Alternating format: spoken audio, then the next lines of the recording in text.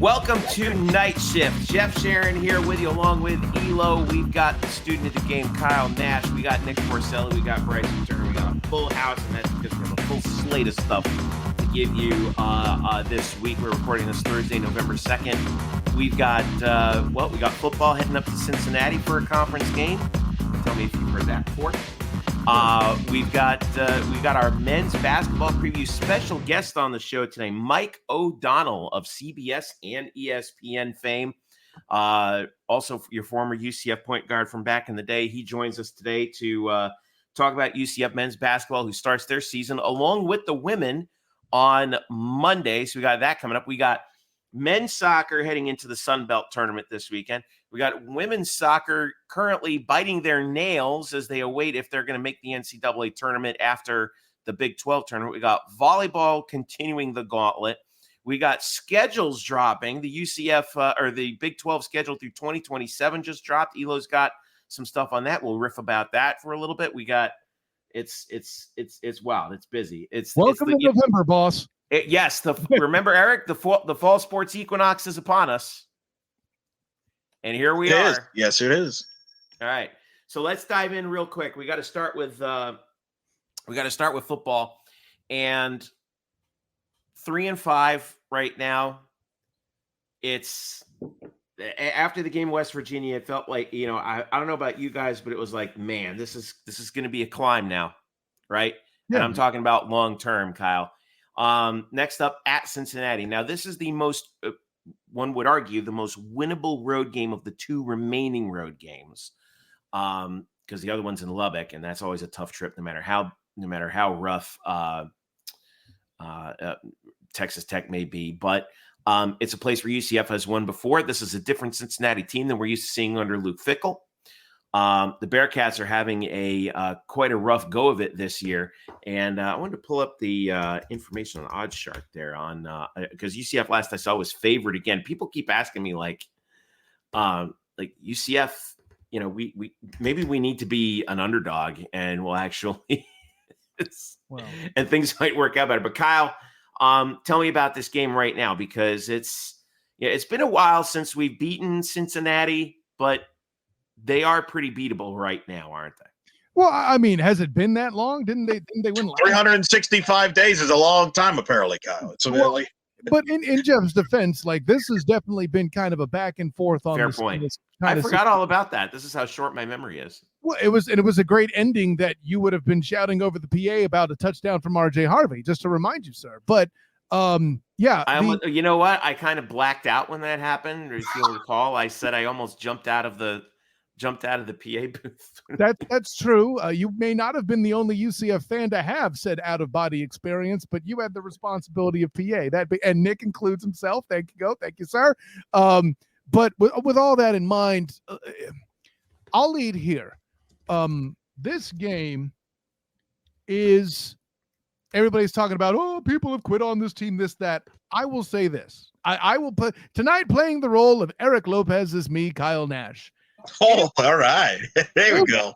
If the Knights lose this game in Nippert Stadium, where Luke Fickell has left, Fickell, with a different spelling, will arrive amongst the UCF fan base. They are going to quit if, in fact, UCF does not beat Cincinnati. For the main reason of bowl game arrival comes not just more difficult, but I'm going to say virtually impossible, simply just because I don't see them beating Texas Tech. I feel like Oklahoma State is riding a wave where they are wildly overrated. I have no idea why they're in the top 25. They have the best running back in college football. That's why, Allie Gordon. Okay, sure, but a whole lot of nothing else. And look how let's put it this way. They barely beat Virginia Tech, such as they were. Okay. I'll leave all that. What's that? Who beat Virginia Tech? Oklahoma State. Yeah, I mean, Virginia Tech. I mean, it's a lot better. It's a lot better team than Boise State these days, right now. Okay. So I will say this. Here's what I think. Oklahoma. We're going to find out about Oklahoma State with Oklahoma and Bedlam this weekend, because at the end of this weekend, if they win that game, they could be the team in first place in the Big 12, Kyle. Well, that's a whole other conversation. We've seen this movie before where Oklahoma State just sneaks up on everybody. We've seen this before. Aside from all that. Also where they blow it afterward, Bryson. Your point is well made, but that movie doesn't end well in the reprise. Well, aside from all that, this is the situation with Cincinnati. First-year head coach Scott Satterfield. You may remember him from that terrible game at Louisville, that catastrophic loss for UCF. Mm-hmm. And last year, he was the coach at Louisville last year as well. We played him in that. What, it was Friday night, Kyle? Yeah, it was Friday night. Mm-hmm. However, his team right now has only 2 wins. They were in their first 2 games of the season against Eastern Kentucky and at Pitt. Since then, it has been a tailspin for the Bearcats. They lost at home to Miami of Ohio in overtime. That's the first time that happened, I think, this century. They lost Oklahoma in a fairly tight one, but more recently they got blown out by Oklahoma State 45-13 last week. Hey, Oklahoma in a tight one. That's kind of a thing. By the way, totally number 9 team in the nation. Am I right, guys? Sorry. At least one fan base is theoretically going to get a reprieve after this weekend. But let's. I say theoretically. Though. I say theoretically. Something's got to give, right? Because UCF has lost 5 in a row themselves. But, Kyle, I got to ask you about this because the turnovers have become a real issue, and it used to be my argument was always, the offense has been taking care of the ball. Right. But defense that's not getting the ball. Last week, what burned UCF was the offense turning the ball over. Ain't that the truth, though, right? And the sort of double whammy of you turning the ball over and you not turning them over. I mean, it's obvious at that point, right? I mean, you can't do that. Right. Especially at home. And some of these have been total freak turnovers, like the interception that bounced off that I think hit all of Javon Baker's limbs on the way to bouncing 50 feet up in the air into the waiting arms of a West Virginia defender. I mean, that's one thing. Speaking of Boise State, people are going to bring that game up. But is there what sort of concerns do you have right now? Because if you're not careful, like the wheels could come off of this thing, right? Right. And I believe I cited this on NightShift. While you mentioned the turnovers, listen, man, that's the headline, obviously. Offensively, they continue to run the ball great, even though this offensive line is allegedly getting torn apart by Power 5 fronts. Newsflash, not really. Okay. Still the number 3 rushing team in the country. Nobody wants to talk about that, I guess. And I know, Eric, they had powder puffs to start with, but they've also had how many, 5 straight big power. Don't worry. We'll talk about the ground game. All right. It'll be on the other side of the field. Don't worry. I got a stat for you. I'm waiting for Finish talking about the offense before you rain on more. Sure. Go for it. Go. But seriously, can we give RJ Harvey some bleeding flowers, man? He deserves the heck out of them. Okay. Trick plays, bro. Run the dang ball. Well, the true thing is, I like what you brought in there, Bryson, but the truth is you need balance. And that's the problem with JRP giving the ball to the other team the way that he did. Right now, the other half is that, you can tell that he can't run. He's having a lot of trouble. The same, correct. Yeah. 2 of those interceptions, I will probably grant, weren't his fault. But chucking it up for grabs, listen, sometimes the other team is going to send more dudes than you have the block. You have to either check out of that situation, know it's coming, or make a move. Because I'll tell you, they're going to send more blitzes to the point that you made, Jeff, because they know he can't move, that he's not the lottery ticket for a touchdown that he was earlier in the year and during this part of last year when he was certainly more healthy, right? His leg looks practically bionic. I saw him warming up yesterday. It's foot to hip. Just anyways, punchline being, he can't escape the same way. He is passing the ball much better as far as the look of the ball and the accuracy. This is all decision-making and freak accidents. I said it on Night Shift. There's a lot of statistical things to get excited about with this offense. They converted more third downs conversion percentage this game than in the entire rest of the year. Like, I don't know that they had 9 first downs in the past 3 games, 9 of 12. against Virginia Tech. I have no reason to believe they can't reproduce that against Cincinnati. The only thing they need to do is protect the bleeding football. I don't even care all that much about the red zone. Kick some field goals. Win with 7 field goals to get 21 points. It'll be ugly, but I still think that'll get the job done.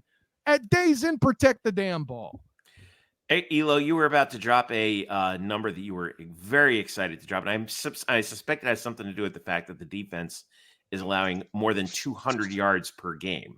Oh, yeah, 200 on the ground. 207 for the season. To put that in perspective, that's 126 out of 130 alleged Division I college football programs. Alleged Division I? Yeah, some of them are definitely alleged because they're not. But anyway, we might. So Eric is just taking a blowtorch to half of FBS today. But 207 yards. 207. Let me put that in perspective. The worst season UCF football ever had against the rush, 2015. You know how many yards that team defense, that winless team gave up? 199. This defense has given up 5.7 yards a play. That's on track to be the second worst ever behind 2015, who averaged giving up 6.5 yards a pop. Add to the fact they're 90th in the country in penalties. You mentioned the turnovers. Jeff's right. What are they? I was trying to find. Are they minus for the season in the turnover? Minus giveaways? for the season. Yeah. Yeah. Well, turnover margin is minus 0.88, which is tied for 120th. I'll pull up the total number here in a second. Yeah, this past game killed them with that too. I mean, to this point, the defense had a turnover in all but one game on the books. So it's not like they were great. They were just better than they'd been in the past. Right. But they're a minus for the year as far as giveaways, takeaways, whereas you want to be on the plus side there. And it's tough. I mean, that's why they're 3-5, Kyle. You could talk about the offense looks great and all that. Doesn't matter if the other side of the ball can't do anything. I mean, and here's the thing. This team is not good enough to win shootouts. They're not good enough. That's been proven. They are not good enough around to win a 40. They haven't because their offense is too inconsistent. I have to challenge that, Eric. I have to challenge that. Okay. What game do you feel like they've gotten beaten by an opposing quarterback slinging it? Unfortunately, in order to be in a shootout, you got to have 2 QBs shooting. You ain't had that. Dylan that's Gabriel. the point. Dylan Gabriel was not shooting. He actually had a worse performance than John Rice Plumlee did. Maybe, but I mean, their running game wasn't really there. The issue, though, is, Kyle, there's always been something in the offense that something happens, whether the Baylor game, they just completely didn't do anything. To your point, you made the point in the Oklahoma game, third down conversions. Get some third down conversions. They couldn't do that. This game there's always something in the offense there's a chink. And the problem is with the way the defense is playing, the offense has to be close to perfect to outscore, in my opinion, to win games in the league. They have to be good. Yeah, that's for sure. I don't know about perfect, but listen, when I said not perfect. Yeah, near close. It's like whack-a-mole. Just one issue pops up, you get it. Another issue pops up. It's just whack-a-mole. Well, I wanted to clarify a couple things because, right now, UCF is 11th in the country in offensive third down percentage at almost 50%, but the defense is 114th on third downs allowed. One other number that I got to bring up. As you're throwing numbers around, the data guy has to inform you, Jeff. A lot of those, and I know I've made the point earlier, there were more first downs and more third downs converted earlier. Those numbers are kind of artificial, and also they do have an outlier game as well against a Power 5 team that kind of balances it out. So it's very interesting to see that going. I'm still not sold on them on third down, is what I'm trying to say. But I'll give you this one. Passing yards allowed, 194.96, which is tops in the Big 12 for fewest passing yards allowed. Yeah. To your credit, to your credit. Well, yeah, Eric has it right on the head. He does. Yeah, I know it's a bit of a chicken or the egg argument, but why pass when you can just run? Why fly when you can drive? Yeah, exactly. Yeah. I couldn't believe it when West Virginia actually threw the ball. When they had Gary Green throw the ball, I'm like, okay, if you say so. Best pass defense in the conference, worst run defense in the conference. Yeah. Like I that's don't remember him statistical throwing fact. it a whole lot. Yeah, no, you're absolutely right, Jeff. And by the way, Eric, I don't remember him throwing the ball an awful lot. It happened a couple times. That's true. I was surprised when he did, man. I mean, but to be to be fair, like even when you're playing against supposedly the best quarterback in the conference in your former teammate Dylan Gabriel, even Gabriel looked like he was having some trouble trying to figure out that secondary, and it wasn't until the final drive where they made the play where they decided to mix it up. Well, And to it was Kyle's the running point, that gave them. It was the running game. I thought that gave them the advantage. Kyle's point, Dylan got exposed a little bit there. Yeah, He the got only reason exposed he a had lot. 3 touchdowns were early mistakes and blown coverage. Just bad fundamentals. Right, yeah. By Which DBs. to Dylan's credit, he cashed in. Not really. Because those are the only mistakes that the secondary made in that game, I thought. Yeah, but no. You got a guy who's streaking down the field wide open, and you're an alleged Heisman finalist. You need to make that throw. No, He's not a finalist anymore, Kyle. You can retire the material, Kyle. So I'll just go full. You need to retire the bit. I tried to tell you, but you wouldn't listen, Eric Lopez. It Anyway, wasn't me. It was bait. It was the odds makers, not me. true. You're right. I'm making jokes. You're good. It's all me. You're But right. here's the question. So to this game, what's interesting about this? You can't because the excuse is, well, you're in the Big 12. This is a that's why they're struggling. You don't have that excuse this weekend. Cincinnati's in the same playing field as you. So I'll be What are you curious. talking about? They're in the Big 12 too. Oh boy, here we go. Eric, you said, if I remember right, you said that this team isn't built to win shootouts, correct? What's the one thing that the Big 12 is known for? I agree. That's kind of why wrong. we're struggling.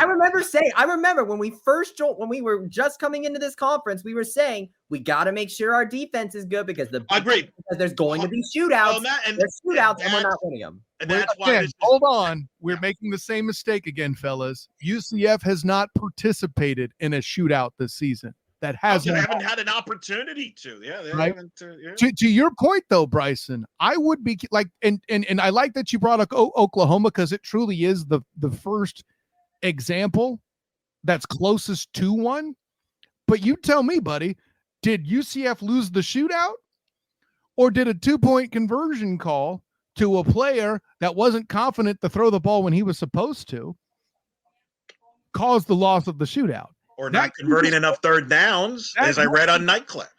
True. But if you look at Oklahoma's third down conversions, they weren't passing the ball to get them. Right. So, but that's why I'm glad you brought up the Oklahoma game, Bryson, is it's the closest thing they had to a shootout. But do you really feel like they lost that shootout, or did they leave the opportunity on the field? I mean, they did leave an opportunity on the field. I mean, the idea of a shootout is that the one opportunity you don't get is the one that kills you. And so UCF did not convert on that extra opportunity that would have given them the lead. So, I mean, by opportunity, you assume I meant the 2-point conversion play. No, What about the blown? I'm talking about like any of the other drives. Cool. Or stopping Oklahoma. What about the third down opportunity to take the team off the field, and then you try to jam a player down the field so he can beat you, and then Dylan Gabriel cashes in, to use your word, Jeff?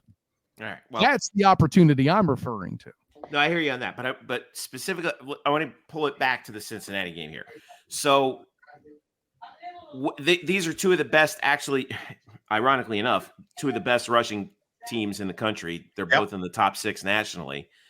So this game might be over in about an hour and 45 minutes if it goes the head coach's way.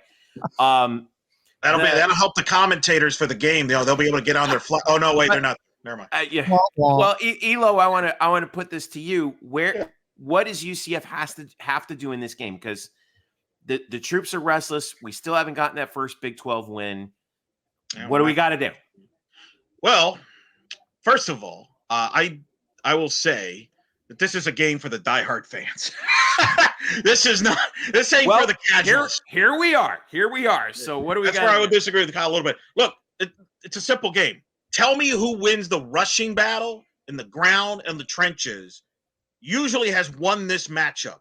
When they played in a previous conference, when they're playing in this conference, whatever, tell me in the preview, you guys gloat about the UCF running game. Here's their opportunity. Control the game against this Cincinnati defense who, that'll be interesting. Some of the leftovers for Mr. Luke Fickell, and Kyle's not going to like this analogy. What's happened to Cincinnati in a lot of ways is kind of what we saw with UCF women's basketball, in that literally everybody left. And now you're trying to search for an identity. And Cincinnati doesn't have that. But some would argue right now that UCF doesn't have an identity this season. So I think you got two teams here trying to find some identity here late to at least finish this season. In their case, in their first-year head coach there, Scott Satterfield, coming over, trying to find some positives here before this year ends and maybe some identity moving forward. Kyle, what do we got to do? Well, I mean, my leading retort is I'm not gloating about offense. The run game stats do that for me. No, listen, and normally I would agree with what Elo says about the run production and who has the most yards deciding this game. I'm not prepared to say that at all in this one. We expect Cincinnati to run the ball a lot and do it copiously early and often against a linebacker core and outside edge that has been exposed often. And the reason why I'm more convinced it's the outside that's the problem is the one game where Jeff Lebby didn't take advantage of it and prove to me why he wasn't the UCF head coach. I said it. Is the one game the defense did a relative good job stopping the run. Cincinnati's going to come out. They're going to run the ball to the outside. They're going to be smart enough to do that. What UCF is going to do, if they have a good game plan, in my opinion, they're going to come out throwing. They'll mix it up some with RJ Harvey, as they should. This offensive line will open holes. They'll protect JRP well enough. They'll stay out of third and longs. Please. That's the key, Jeff, right? Stay out of third. They'll stay out of third and longs. Actually, you'd be surprised how good a defense having Kobe Hudson and Javon Baker is to keep away from third down. Hey, what's your third down conversion? We don't need it. Screw it. So, but I say all that to say, the key to this is actually UCF having fewer rushing yards. Let Cincinnati stay on the field all game practically. Heck, this defense has played tire all the time. They only have one time when they've had been on the field for less than 30 minutes, and they were on the field for 40 last week, if my memory serves. Let's not forget that we've been talking about this entire season that UCF has always been losing those time and possession battles. And I would make the argument that on drives, again, in the West Virginia game where they didn't turn the ball over, they held on to the ball for a pretty solid amount of time. The only reason they lost the time and possession battle in that game was just because of the turnovers. Right. So you are, Bryson. Yeah, no, that's a good point. But here, I think the time of possession battle won't matter as much, because if they're successful in balanced offense, you get a few of those take the top off the defense plays where Javon or Kobe cash in and actually hold on to the ball without some. Well, but to your point, if they get to the red zone, got to convert touchdowns, don't settle for field goals. What I'm telling you is if that happens, the red zone isn't a factor. Right. Last little wrap here as we finish it up. I just wanted to go over a couple quick things. UCF, as of Thursday night, is a 4-point favorite. The over-under is 60. By the way, fun fact, all-time series is tied at 4. UCF's last win in Cincinnati was 2017, the national title year. And that was that game that got called because of weather after 3 quarters, which leads to this amazing trivia question you can bring to your friends. Should UCF win on Saturday in Nippert Stadium, that would mark the first time in UCF history that they've beaten Cincinnati in a game that lasted 60 minutes. In full regulation. That's the stat right there. So I'm just saying. How have we done this 8 times and not done? No, I'm sorry. That 8 times like total, but how many times were we in Nippert? 4. Yeah. So the first one is was 2015 was we got blasted. The second 2017 was 2017 was the 51-23 game that got called. That was the most phenomenal offensive performance I've ever. Eric, do you remember that game? That was a game where UCF scored a touchdown, I think, on every possession. Oh no, except for one. They scored on every possession, and only one of them was a field goal. Right. So that's good. Good old 2019 days. Was a 3-point loss. That was the start. That's right. Yep. 2021 was blowout at ABC. Blowout on ABC. They were a playoff team. And that's playoff team. That's a good point. An actual playoff team. And still a running team at that point. And Desmond Ritter has proved it as a member of the fraud cons. Just saying. And hey, wow. He's in the bench. He's the bench. He's the backup now. Elo, who's our TV crew for this game? Who do you think? The unofficial crew of the UCF broadcast team here. Eric Collins and Devin Gardner. Who else? How could you ask a question like it's FS1, baby? Let's go. FS1 3:30 on Saturday. That was the moment of the podcast, right? What are you thinking? By the way, you should find out after the game Saturday night at some point, no later than Sunday morning, the kick time for Oklahoma State. That is on a 6-day window. So I gotta imagine like Eric Collins and Devin Gardner are slowly starting to be. I'm almost wondering if they're gonna end up becoming those friends that you kind of tolerate them being around, and then eventually you just get too used to them. What an analogy. I mean, it used to be in the American. Who were our guys? It was Roy Philpott and Kelly Stauffer, right? Yeah, they've already broken that record. They've already broken Roy, and I'm sorry, Roy and Kelly. I mean, we're not having the success with this crew. Or the good-looking sports. Listen, I want to petition. Before we move on, I want to petition my guy Eric Collins. All right. If UCF gets their first Big 12 win in a game that you call, Eric, I must have my fellow Syracuse Orangeman on this podcast.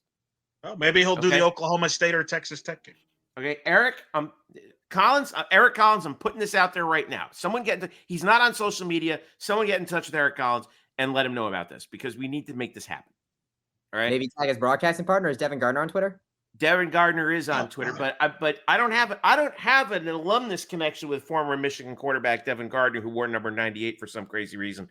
But Gardner surely knows that Eric Collins doesn't have social media. He'll be a go-between. Okay, you're right. I forgot about Actually, I got or if not, when the Charlotte Hornets are in town at Amway, Kyle could put in a word. There you go. Make it happen.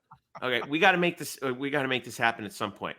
And if we lose, then actually no. You know what? If we lose, we should have them on anyway because maybe we need to break the ice. Oh God, no. Let's olive branch. We have an olive branch. Okay, let's record the interview. Make a ritual sacrifice. Listen, I know people who are literally burning apparel in a ritual sacrifice to try and get us this first Big 12 win, and I'm ready to join them at this point. Look, I think we have to do with what do I do? I can probably get rid of one of these hats. If you interview him, though, we should do the show from the press box at Bounce House so we can show him what the press box. I want to burn that Giants hat, buddy. Wow! I'm not ready. Anyway, let's move on. It has to be UCF. Okay, moving on. Future of football. Big 12 schedule dropped. Yes. The schedule model for 2024, 25, 26, and 27. Now, this is big. Because there was a lot of, we finally answer a lot of speculation about, how is the Big 12 going to iron all of this out? And they did. And I got to give them credit because they preserved, everyone thought that, every team has to have a rivalry. And they were putting that up saying, actually, no, there are only 4 rivalries that we're going to keep going every year. Everybody else, and I got to give them credit. Everybody else said, or they said, everyone else, you get to play everyone at your place once and everyone at their place at least once over the next 4 seasons. 2024, I'm just going to do the home. 5 home games in 2024. Arizona, BYU, Cincinnati, Colorado, Utah. Very Western flavor next year. 2025, 4 home games. Houston, Kansas, Oklahoma State, West Virginia. I like that slate. 2026, 5. Arizona State, Baylor, BYU, Iowa State, TCU. 2027, 4 homes. Cincinnati, Colorado, Kansas State, Texas Tech. Now that we have this all set, Eric, I want to defer to you because you had the column up on Black and Gold Banneret, analyzing everything. Nice. I got the sense that the one you really liked was next year with Coach Prime coming to town. Oh, yeah. We're gonna have both Coach Prime and the Florida Gators coming to the bounce house in 2020. No, Florida's at the Swamp. Florida Gators at the Swamp. I'm sorry, that's right. We're playing both in the same season, just not both. We're playing both in the same season. I'll road trip Gainesville. Let's do this. I'll do there. Hey, if we win that game, I'm putting a 90-minute drive. statue. I'll do it. I'll go to Jacksonville the next day. It'll be great. Well, it's interesting. You mentioned it. I mean, we have all the Pac-12 schools on the schedule next year. 3 of them are coming to the bounce house. I feel like we're in the Pac-12 more than the Big 12. But obviously Colorado, with Deion. Anyway. What, Pac-12? I mean, yeah, we're not in a conference that doesn't exist anymore. Carry on. Can you believe how big the conference is getting? That no one of the quote unquote hateful 8 that of Big 12 holdovers are coming to the bounce house next year. It's like a whole new. It's a good segue, Bryson, because it proves my point. This is the first time ever UCF's home conference slate has no teams in the Eastern time zone. They're all in a different time zone. Which is going to be interesting. I'm going to be curious how they do the kickoffs for some of these teams, because if you do 12 o'clock at some of those teams, it's going to be like 10 a.m., 9 a.m. So we might get a lot of 3:30 kicks. We'll see. But to me, not the worst thing in the world. I'm cool to me, from an opponent standpoint, with Deion, if he's there, with his son at the quarterback, Travis Hunter is the best two-way player in the country. That might be the biggest demand of a ticket for a UCF home game for an opponent since Miami in 09. South Carolina would spur your 20. Oh, yeah, I remember that game. I was at that game too. It was a great day, except the second half. But it was a great. That's big because Deion Sanders is obviously what he's done at Colorado is pretty remarkable. He's turning an irrelevant program into a box office. They are one of the top 5 most watched. Even though they're not that good. Oh, they're better than us. They're better than us. Yeah, they're better than us this year. What's he done there is pretty remarkable. I never saw that coming, where he would have them relevant like they are. They've sold out every game. They are a TV draw. And if you're Brett Yormark, you're like, thank you. Because one of the concerns, I think, from a Big 12 television standpoint, losing Oklahoma and Texas is, who's your TV draw? The answer is Mr. Primetime. He's there. So that's a big one. I think that'll be UCF's most probably attractive home game from a television standpoint. Eric, let me ask you a question, though. Are they relevant or is he relevant?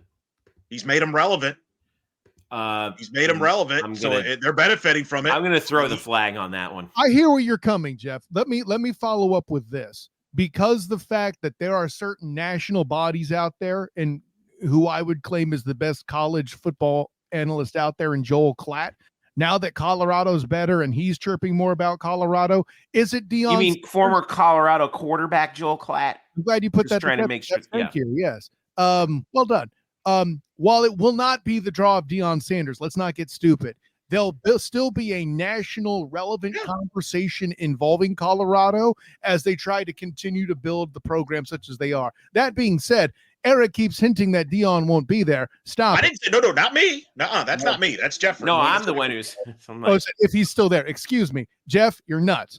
So yeah, like he's not going anywhere. He's got too much ego to leave right now. At least not for this year. Yeah. Because plus his son can't transfer. And he's got NIL money that'll keep both Travis Hunter and his son Shadur and his other son Shiloh to keep them in the bit. Now, granted, everybody cares more about the quarterback. Here's what he's got to do, though. He's got to imitate Gus Malzahn, transfer and turn over and upgrade an O-line in 1 year. And I know, at that point, he's going to be an 10-win team program. And that'll be a draw that the Big 12 and by extension UCF would enjoy. And by the way, he's one of the most famous, successful athletes in the history of this state. Like he's an icon player, was an icon player at Florida State, Hall of Fame NFL, the best cornerback in the history of the sport. We don't need to explain. That's a big. Let me put it to this way, Kyle. You go ahead and cover the UCF postgame presser. I'll help you. I'll go see Deion in the other side of the locker room. I already knew you were going to tell me that anyway. We're going to fight about that. You want Prime, don't you? But so that's a big takeaway. I'm willing to do my job. So. Also, you got Utah, by the way, the most physical team with Kyle Whittingham in Utah, which might get Cam Rising back, who's basically medically redshirt this year. Right. If Cam Rising's back next year, I think Utah's the clear favorites in the Big 12 or whatever we want to call it this year. And then I think you got the most improved program in the Rise that's getting no attention. It's Arizona with Jed Fish. So here's the thing for UCF. Here's the bad news. This league is going to get tougher next year. It's going to get deeper. Absolutely. I think it'll be a better league next year than this year. I'm glad you call it a league and not a conference, because that's basically what we're appraching now with like 14. I'm right, we are. Teams. NFL's minor league system, baby. Let's go. I mean, look, I'm still kind of sitting back and taking in the whole idea of all these teams that are actually coming here to play UCF. I mean, it's still mind blowing to me. Let me ask you this, Eric, real quick before we move on. So we pushed it out to 2027. Why not beyond that? Well, who knows? There could be some more realignment by then. You know, you can't get too far advanced. I mean, this ever world of college athletics. Plus, I think they want to see how this 4-year cycle goes, right? Is everybody going to be happy with this at the end? Are they not going to be happy with this? I know there's some fans in the Big 12. They're not happy at all with Brett Yormark right now. They felt there should have been some other games that maybe should have been, quote, rivalries, whatever. That's between them. Yourself. I hear you, Kyle.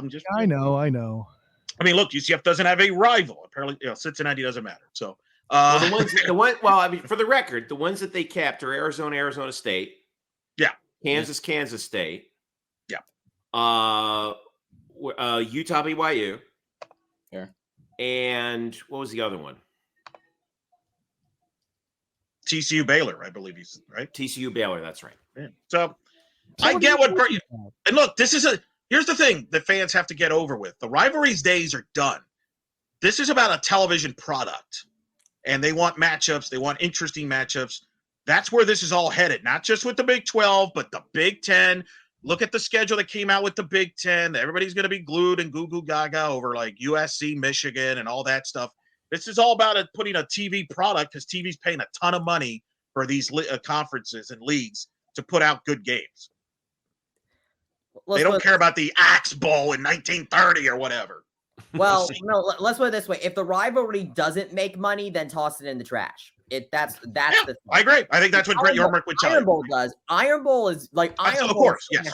Florida Georgia is still going to happen. Bedlam is still going to happen. You know, Red River is still going to happen. No, Bedlam's not happening. No, I'm sorry. Right. I'm sorry. That's me thinking wrong. Red River though still happening. Yeah, Red River. So if the rivalry makes money and makes money, right. If it's a box office matchup, right, it'll continue. But if not, we're going to make different matchups. I mean, Bedlam should, but of course, stupidity. All right. Well, nonetheless, 3:30 kick Cincinnati, FS1. You know exactly who we've got on that one, so I shouldn't probably go any further than that. All right. And by the way, UCF's that means that all the opponents are locked in for next year, right? Will Florida? Billy Napier be at Florida? That's a better question. Oh man, could you? What if Dion goes to Florida? That's not going to happen. That's not. Oh no, not that soon. It's more likely that Scott.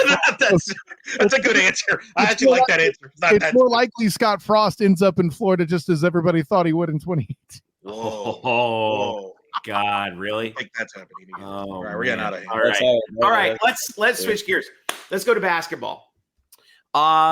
Monday, opening night for both the women and the men.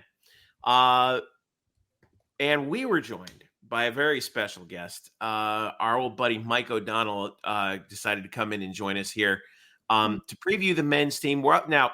Before we get started on that, we are going to have our women's basketball preview up on Friday, this coming Friday. The women open up with Bethune-Cookman. That's a 6:00 tip on Monday. And then the women, and then the men have an in-state matchup of their own immediately following that against FIU.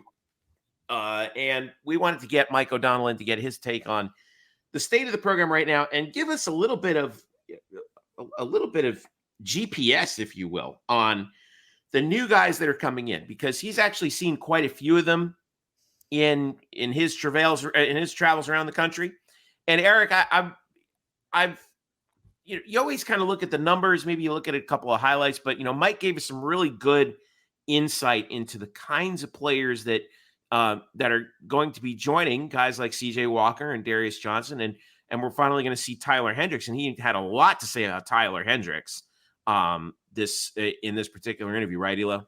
Yeah, I mean, look, when you talk about basketball, and he's not I'm saying this because it's like the guy lives, breathes this stuff. He's the best there is out there. We're fortunate that he's a UCF alum. We're fortunate that he'll be doing some of the UCF games, especially the non-conference for us on ESPN Plus on the broadcast, including Monday. And I'm glad he's doing a lot more national stuff. He's across the country. He knows all these players. There is no other preview of UCF basketball better than this interview you're about to hear with the one and the only Mr. Michael Donnell, Jeffrey. All right, here's Michael Donnell.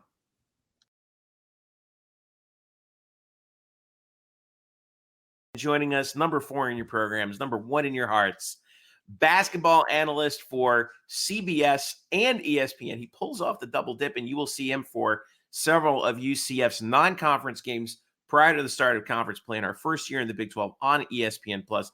He's literally everywhere. I heard from a buddy of mine that you were down in South Florida doing basketball preview stuff, Mike.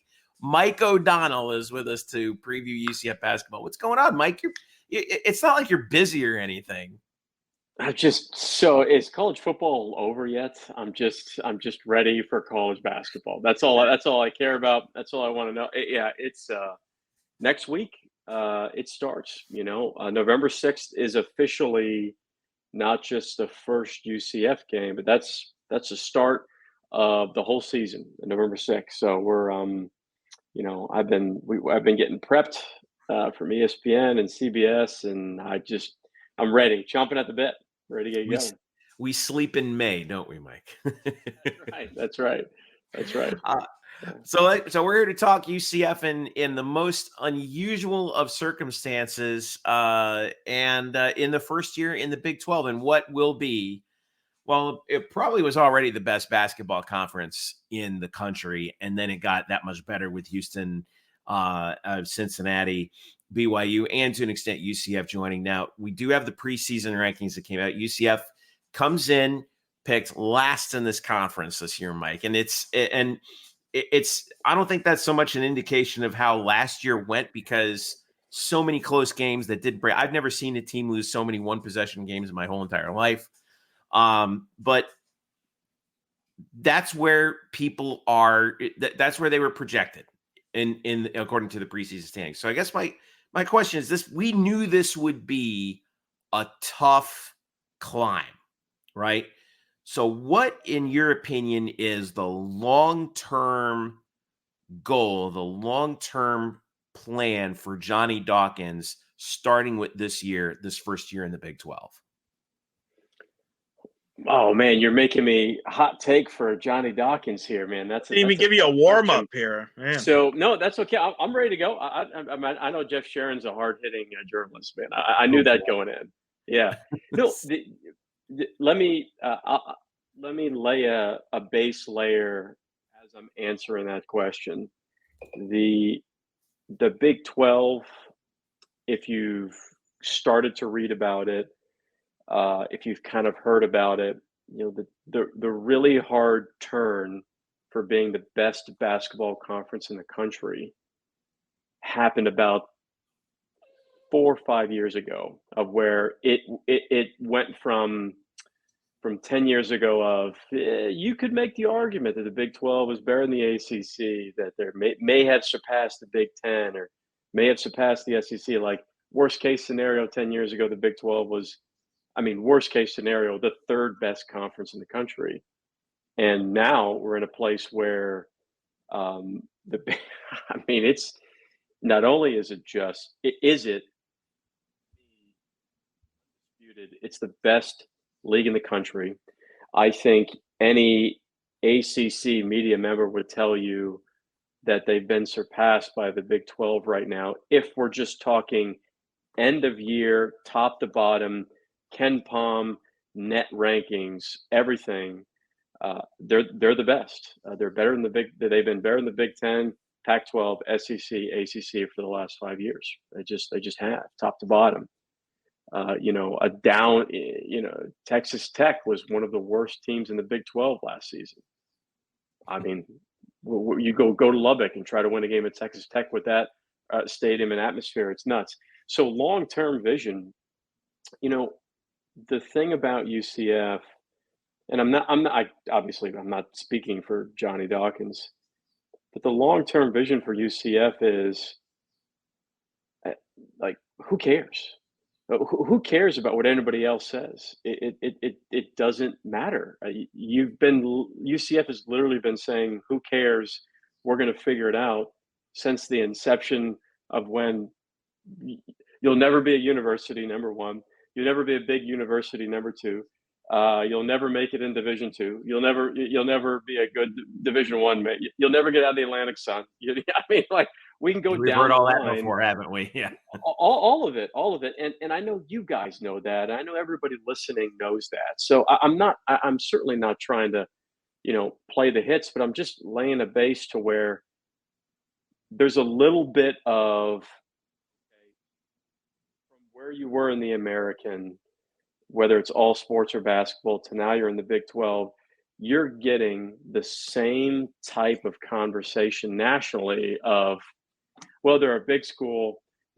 You're in a great media market. It makes sense. It's really good for the Big 12 to have UCF in there. And if we're just speaking from a basketball standpoint, everybody's going to say it's going to take some time.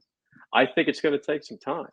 I don't think it's going to take a really long time, though, because once you're in it and you get through that first year and you have recruits on campus going to games, the opportunity to play in the Big 12 in Orlando, Florida, and I'm saying that without trying to be disrespectful at all to any city in the Big 12, but from a destination, especially if you're a Southeast Florida, Southeast states, United States kid, Orlando, Florida, Big 12, I mean, you're not competing against teams that are trying to make the NCAA tournament. You're competing against multiple teams that are trying to win national championships. And that difference is gargantuan. So I think, if you ask Coach Dawkins the same question, so we're trying to win right now, obviously, and that should be the go-to. But to get to the level of where Kansas is, where Baylor is, even TCU, it's going to take some time. It's going to take a couple recruiting rankings, kids coming out of high school, transfer portal. So long-winded answer to say, UCF fans have had a meteoric rise in the last 10 years, and it should be celebrated. Shouldn't apologize for that. You shouldn't lower your expectations on you expect UCF to compete at the highest level. I don't think any coach at UCF would tell you to do that. But, there is a degree of patience to understand narratively, starting over from a national media landscape, narratively, not internally, but narratively. It's another fight, and UCF's done it hundreds of times already. It's just another opportunity to do it again. Well, the exciting thing, Mike, for the program, and I think this goes for all UCF sports, you're going to know on a nightly basis where you stand. Like, I think a lot about this year, and we'll get to the on the court, but a lot of this year is taking notes and seeing, okay, so this is what it's like at the next level of college basketball. This is what we got to do, not just on the court, but off the court. I was talking to the players at Media Day, and the thing that struck me is all of them were excited about the atmospheres that they're going to be playing in the Big 12. As you know, some of the best atmospheres in college basketball. There's an excitement there, and I would say it's going to help recruiting because you're going to get more exposure and you're going to play in great environments where a lot of people are watching you. That to me, it's more of a, okay, so this is what we got to do to take the next step. I think that's one of the things UCF as a whole should be doing this year and beyond, as far as with all their sports. Yeah, you just take advantage of, the highest platform available out there. Basketball specifically, you mentioned Media Day, how the players are excited about playing in some of these atmospheres. There's no pressure now. You get down 8 Paul Gallen, I don't know if you're going to feel excited during that moment. Like from a basketball fan base specifically, and again, I'm saying this, and I think you guys understand, when I talk about this, it's not saying that UCF fans don't get it. I'm not saying that. What I am saying is basketball in the Big 12 is dialed up to 11 compared to football in the Big 12. It is. This is ACC basketball when all of us were in high school watching college basketball. Mm-hmm. That's what the Big 12 is right now. It's the best, and the fan bases aren't just loud and wild and committed. And every game in the Big 12 is sold out. I mean, regardless if they're really good or not. If Iowa State is 7th in the Big 12 halfway or towards the end of the season, there's still standing room only to get into Hilton Coliseum. That place is nuts. BYU, their arena has over 15,000 seats in it. They were not very good last season. They were, I think, 500 on the dot last season. I called the game against Santa Clara. It's BYU Santa Clara. It's a Thursday night. There's 13,000 people there. And they're 500. At the time, they were actually below 500 in the West Coast Conference. That's a down year for BYU, and there were 13,000 fans there. So, it's going to be an eye-opener for some, how committed from a culture standpoint these programs are. It will be an eye-opener, but you can't enjoy the ride a little bit and look around, just breathe for a second and say, you can't get any bigger than this. You made it. You can't get any bigger than this. And so you win or lose, you go nuts for your team, but man, it's close to being religion up there for a lot of schools. Yeah, I mean, we've been seeing it for years upon years, and I mean, you spoke about it yourself. Like Kansas speaks for itself, but I think a lot of those other schools you mentioned have so much tradition that maybe you don't even quite know about it. I think that casual basketball fans will look at, Kansas. Oh, Texas Tech was up there a few years ago. Obviously, Baylor, Oklahoma State. But now you add Cincinnati to the mix. You add Houston to the mix. We're only going to have Texas and Oklahoma for just this year, but they're still going to compete. I wanted to ask you about on court for UCF. Obviously, to me, like right now, the big story is CJ Walker, Darius Johnson back one more time. CJ basically didn't play almost at all last year, unfortunately dealing with an injury. Darius is a junior already, which seems wild. But UCF has had to throw in a bunch of help in fifth year and senior transfers, guys like Omar Payne, guys who've had talent but haven't quite found the right fit.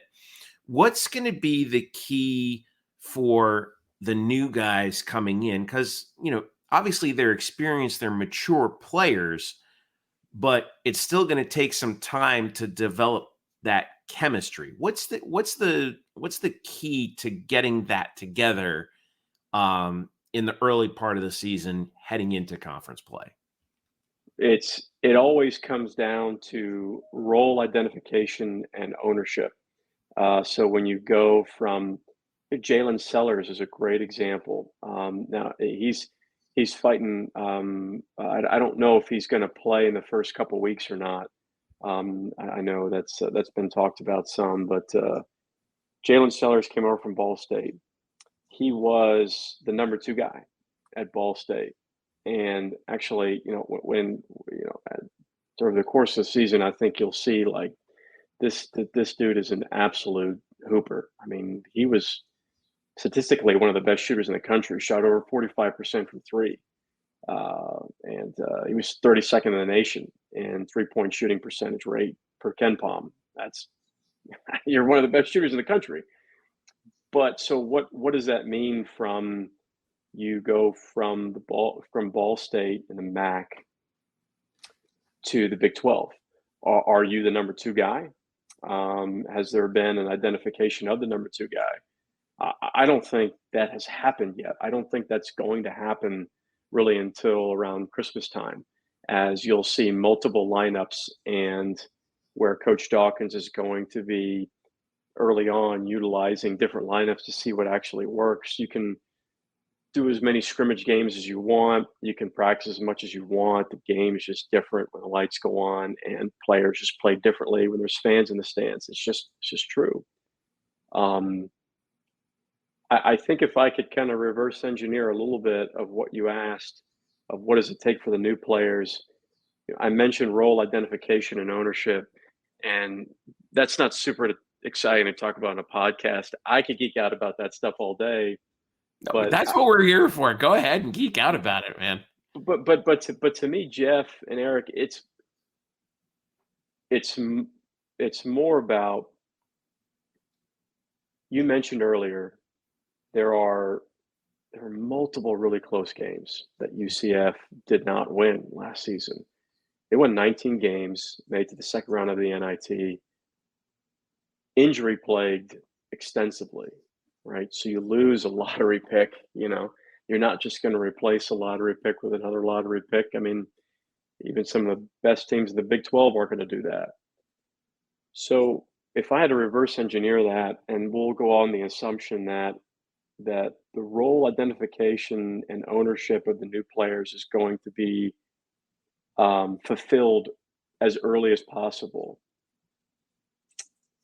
There's a heavy lift on Darius Johnson's shoulders, a heavy lift, and he fought multiple injuries last season, and you go into the assumption that he's going to be healthy this season. He needs to be way more consistent. I think Coach Dawkins would tell you that. I think Darius would tell you that too. And I'm not saying that, to like say, hey, what's wrong with Darius Johnson? He had no rhythm last year, none. As you come back from a very difficult lower body injury, it takes a couple weeks to get back into game shape, into game rhythm. By that time, if you remember, actually, you kind of had a starting lineup that was somewhat humming, really those first 6-7 games in the season. And then Taylor Hendricks started to figure out. And then Darius Johnson, who was supposed to be the guy, comes back in. And the other 4 guys in the starting lineup started to not play as well as they were. And it wasn't Darius's fault. It was just, that's the nature. It's not football, basketball. Everything is rhythmic. And you throw a grain of sand in the cog, the wheel, and it becomes a little bit shaky. If Darius is really consistent, and I don't think he has to average 15 a game. I really don't. I'm a firm believer in that. I think if he averaged 15 a game, I think that's awesome. I think if Darius is at 10 to 12 points a game, but he's top 5 in the Big 12 in assists, and he's got a 3-to-1 assist to turnover ratio, what that's going to do from all the new guys of role identification and ownership, it's just going to make it a lot easier. It's going to make it easier for Jalen Sellers, who would love to play off the ball, catch and shoot, come off pin down, stagger screens, flare screens. It's going to be really good for Shamari Allen, who, he's about 34% from 3 last season, but that dude was a bucket getter at UMKC. And so if you've got guys if you've got Darius that can, be that quarterback and be really consistent, if there was any guard, for UCF, there's been a lot of comparisons about BJ Taylor. The primary comparison between BJ and Darius is you just couldn't move those guys. You just couldn't physically move those guys. And BJ figured out how to use that early, really early, and was exceptional at that. And will probably be a Hall of Famer at UCF because he figured out how to use his physicality to his advantage, not from a scoring standpoint, but from a really management of the game flow.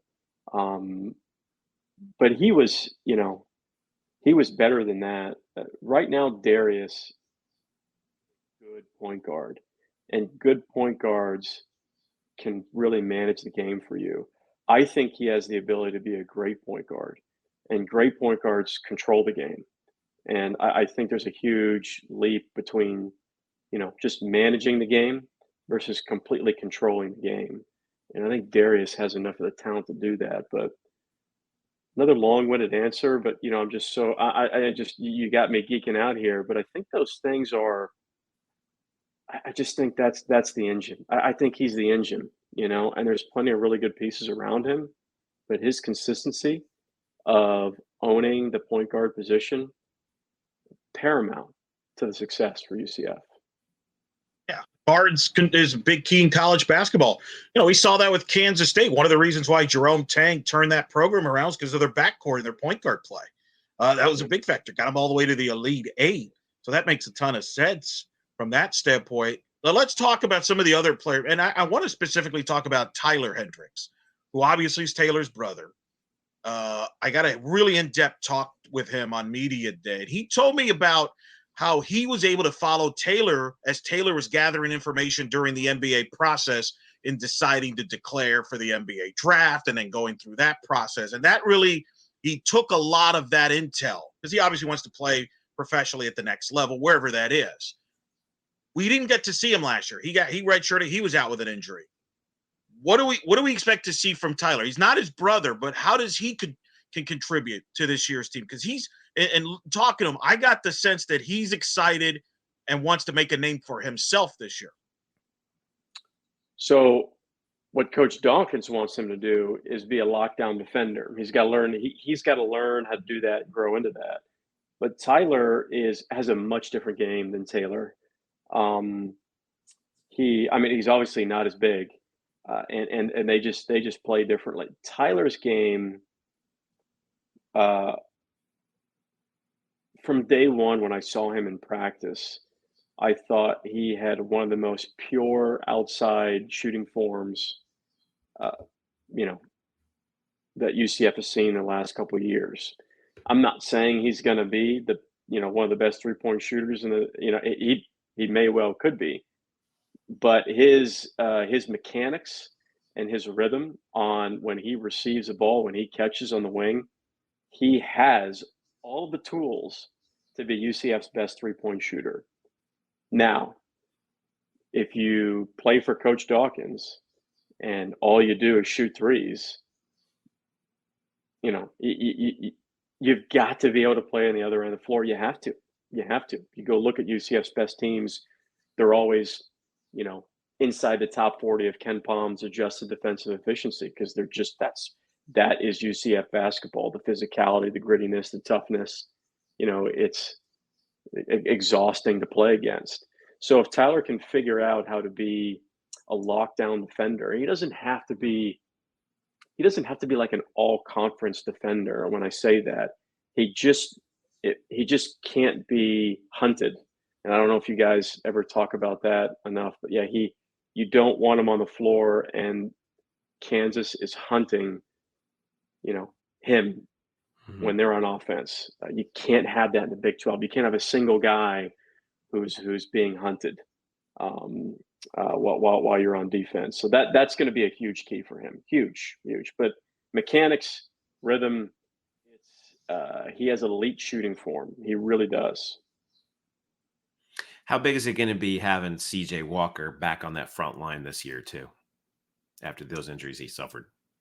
It's going to be interesting to see what did he add to his game. It does feel like CJ, which I like, has been in college basketball for like 6 years, which I think, I wish we had more of that. His first year at UCF, really, just phenomenal slasher, right? Excellent defender, was one of the top shot blockers in the American Conference, and a lockdown defender, just a freak rim protector. And then his second year playing, really kind of exploded his 3-point shot. if I'm not mistaken, he was shooting in the teens from the 3-point line his first year playing for UCF. And then his second year, he was over, I believe he was close to 33, 34%. That's a ridiculous leap. And last season, obviously, just got crushed with injuries and could never find a rhythm. So if the thing with CJ is that if he stays being an elite rim protector, and which is also, that's a little bit maybe one-dimensional defensively for him, because he can really he can guard the point guard through the 5. And he has that kind of dexterity and speed, which makes him, I'm not going to call him an elite defender. He's an elite rim protector, but he has all the ability to be an elite defender. If he's 35% from 3, he's going to be averaging 12, 14 points a game. It just, if he gets 1 or 2 a game, he's going to be playing exceptionally high ball because of his ability to finish at the rim. Obviously, in the fast break, he's catching any lob that's thrown at him. He's going to naturally get putbacks and offensive rebounds, and he's going to get to the free throw line. I mean, those 4 things, if he does one of those things each game, that's 8 points. Just one, each of those 4 things, that's 8 points. And if he's hitting 1 or 2 threes again, I mean, that's the kind of internal logic that I like to play with myself when I watch him. Like, you're going to get a putback, you're going to get to the free throw line, make 2 free throws, you're going to go 2 for 3, you're going to fast break layup, and you're going to catch, rip, and get to the rim. And those 4 plays, all right, 4 times 2, that's 8 points. You hit a 3, that's 11 points at a minimum. Even if he just goes 1 for 3, and he's going to block shots, he's going to rebound. So that's what CJ Walker needs to be for UCF. Who's there to help him as well and complement him? Look at last year, Michael Durr obviously was huge. And when he got hurt, it's not an accident. UCF's defensive numbers dipped. And maybe, kind of they had that little lull there that may have cost them the NCAA tournament bid. But I always said if Walker was healthy last year, they would have been an NCAA tournament team. But who are some of the other guys in the front court that will help CJ Walker protect the rim? Because that's been the thing with Coach Dawkins. Even back to the Taco years, everybody remembers Taco, but they had Chad Brown, a Colin Smith who also had size inside. Who are those guys this year? You just mentioned Michael Durr. I'm happy to hot take and say that Michael Durr is one of the most intelligent front court defenders I've ever been around. He was an exceptional, center. What do you guys? If the quarterback in the football team is the smartest player on the field, then the center is the second smartest. The center position, because he sees everything. He has to see everything as well. Michael Durr was. His IQ defensively was, incredible. A little side note there. Just extremely underappreciated for Michael Durr. So the 2 guys, there are 2 guys right away that they're going to get playing time that you'll see a lot. The first is I'm not going in playing order, but Omar Payne, who's been a little bit of a journeyman. He's a state of Florida kid. He most recently transferred from Jacksonville, but he played at Illinois and played for the Gators. He was a top 100 kid coming out of high school, a lot of height. He's never averaged more than 17 minutes per game, whether it was Jacksonville, Illinois, or Florida. So that, he's got a lot of tools, 6'10", 6'11", got great rim protecting skills. Offense has been, capable, not necessarily just going to go to. He's not a straight back to the basket player, but he's not a straight face-up player either. But 6'10", 6'11", Omar Payne, he'll come in. He'll probably come off the bench, but he's going to be, he's not quite Michael Durr-esque, but he'll be one of the guys for sure. I like Ibrahima Diallo. I was fortunate enough to call a San Jose State game last season and towards the end of the season, and I was really blown away. I'll back up a second. He transferred from San Jose State, He's a footer. He's a 7-footer, and he looks every bit 7 foot. And he's not super lean either. I mean, he's about 250. Strong dude. And he played first 2 seasons at Ohio State. Recruited pretty heavily coming out of high school. He had the 9th best block percentage per KenPom last season in the country, not the West Coast Conference. The Mountain West Conference, the country. In 2 years, he played 2 years at San Jose State. He was already in by late February. He was already 8th in San Jose State history in career blocks. Oh, that's how good he was blocking shots. Incredibly consistent rim defense. So when we talked about CJ Walker's ability to defend the rim, and now you pair him with Ibrahima Diallo. This is a little basketball geeky here, but CJ Walker and Diallo are 2 totally different rim protectors.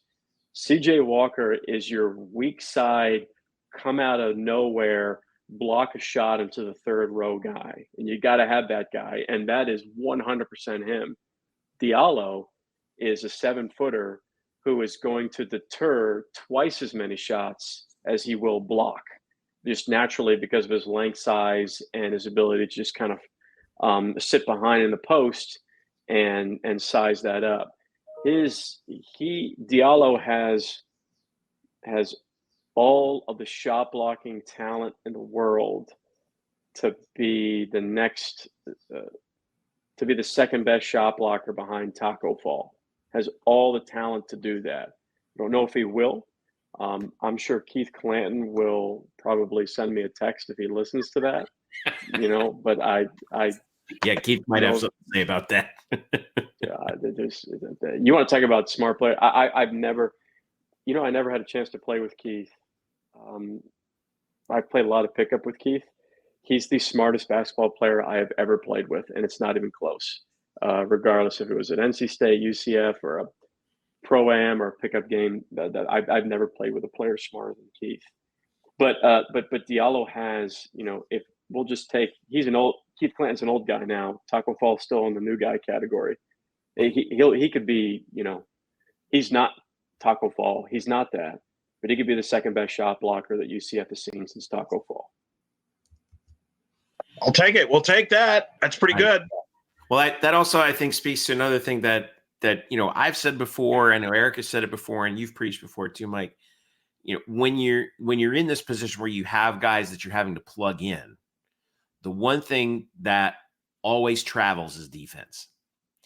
And it might take a while to figure it out offensively, but if you can figure out guys who can defend, that goes a long way to helping pull things together in advance of conference play, no? Oh yeah.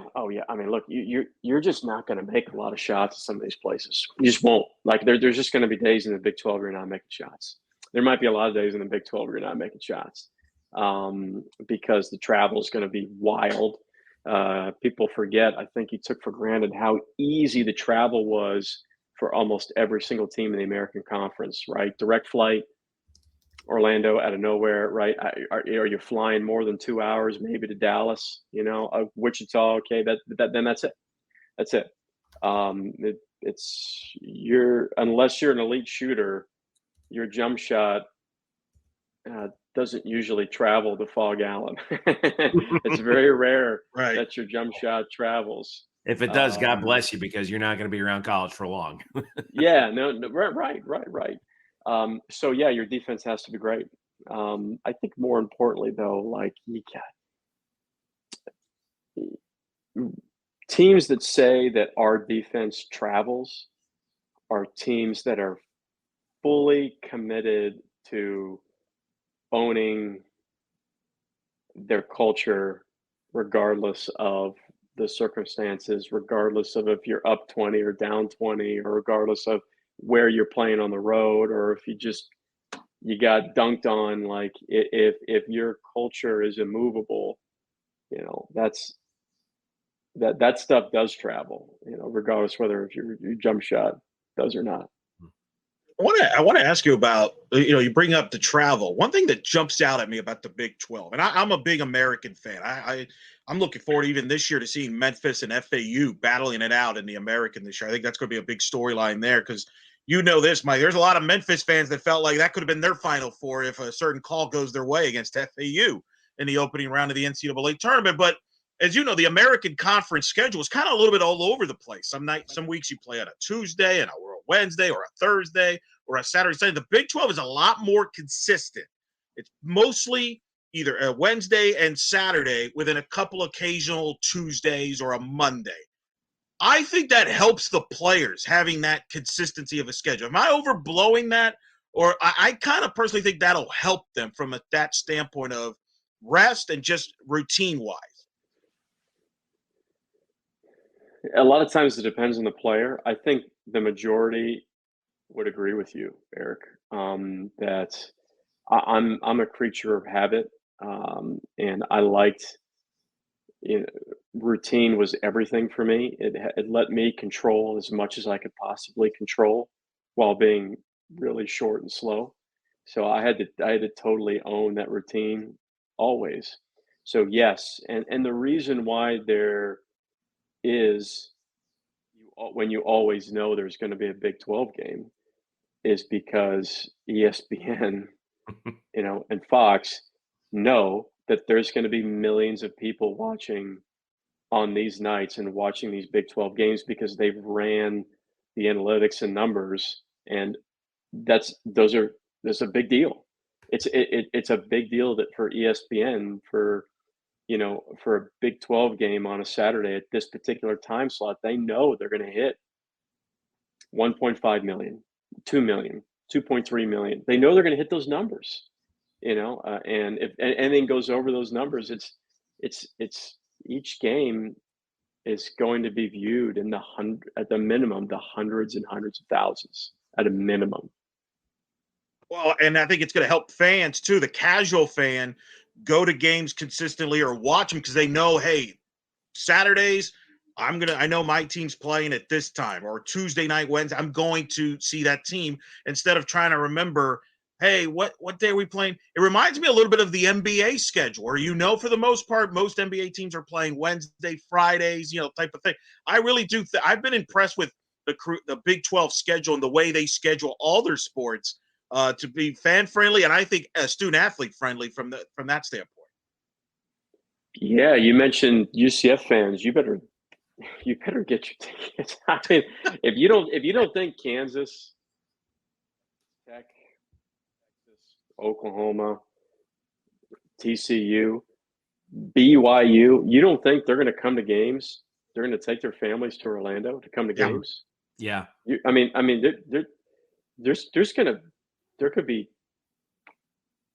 2,000 Kansas fans at a game.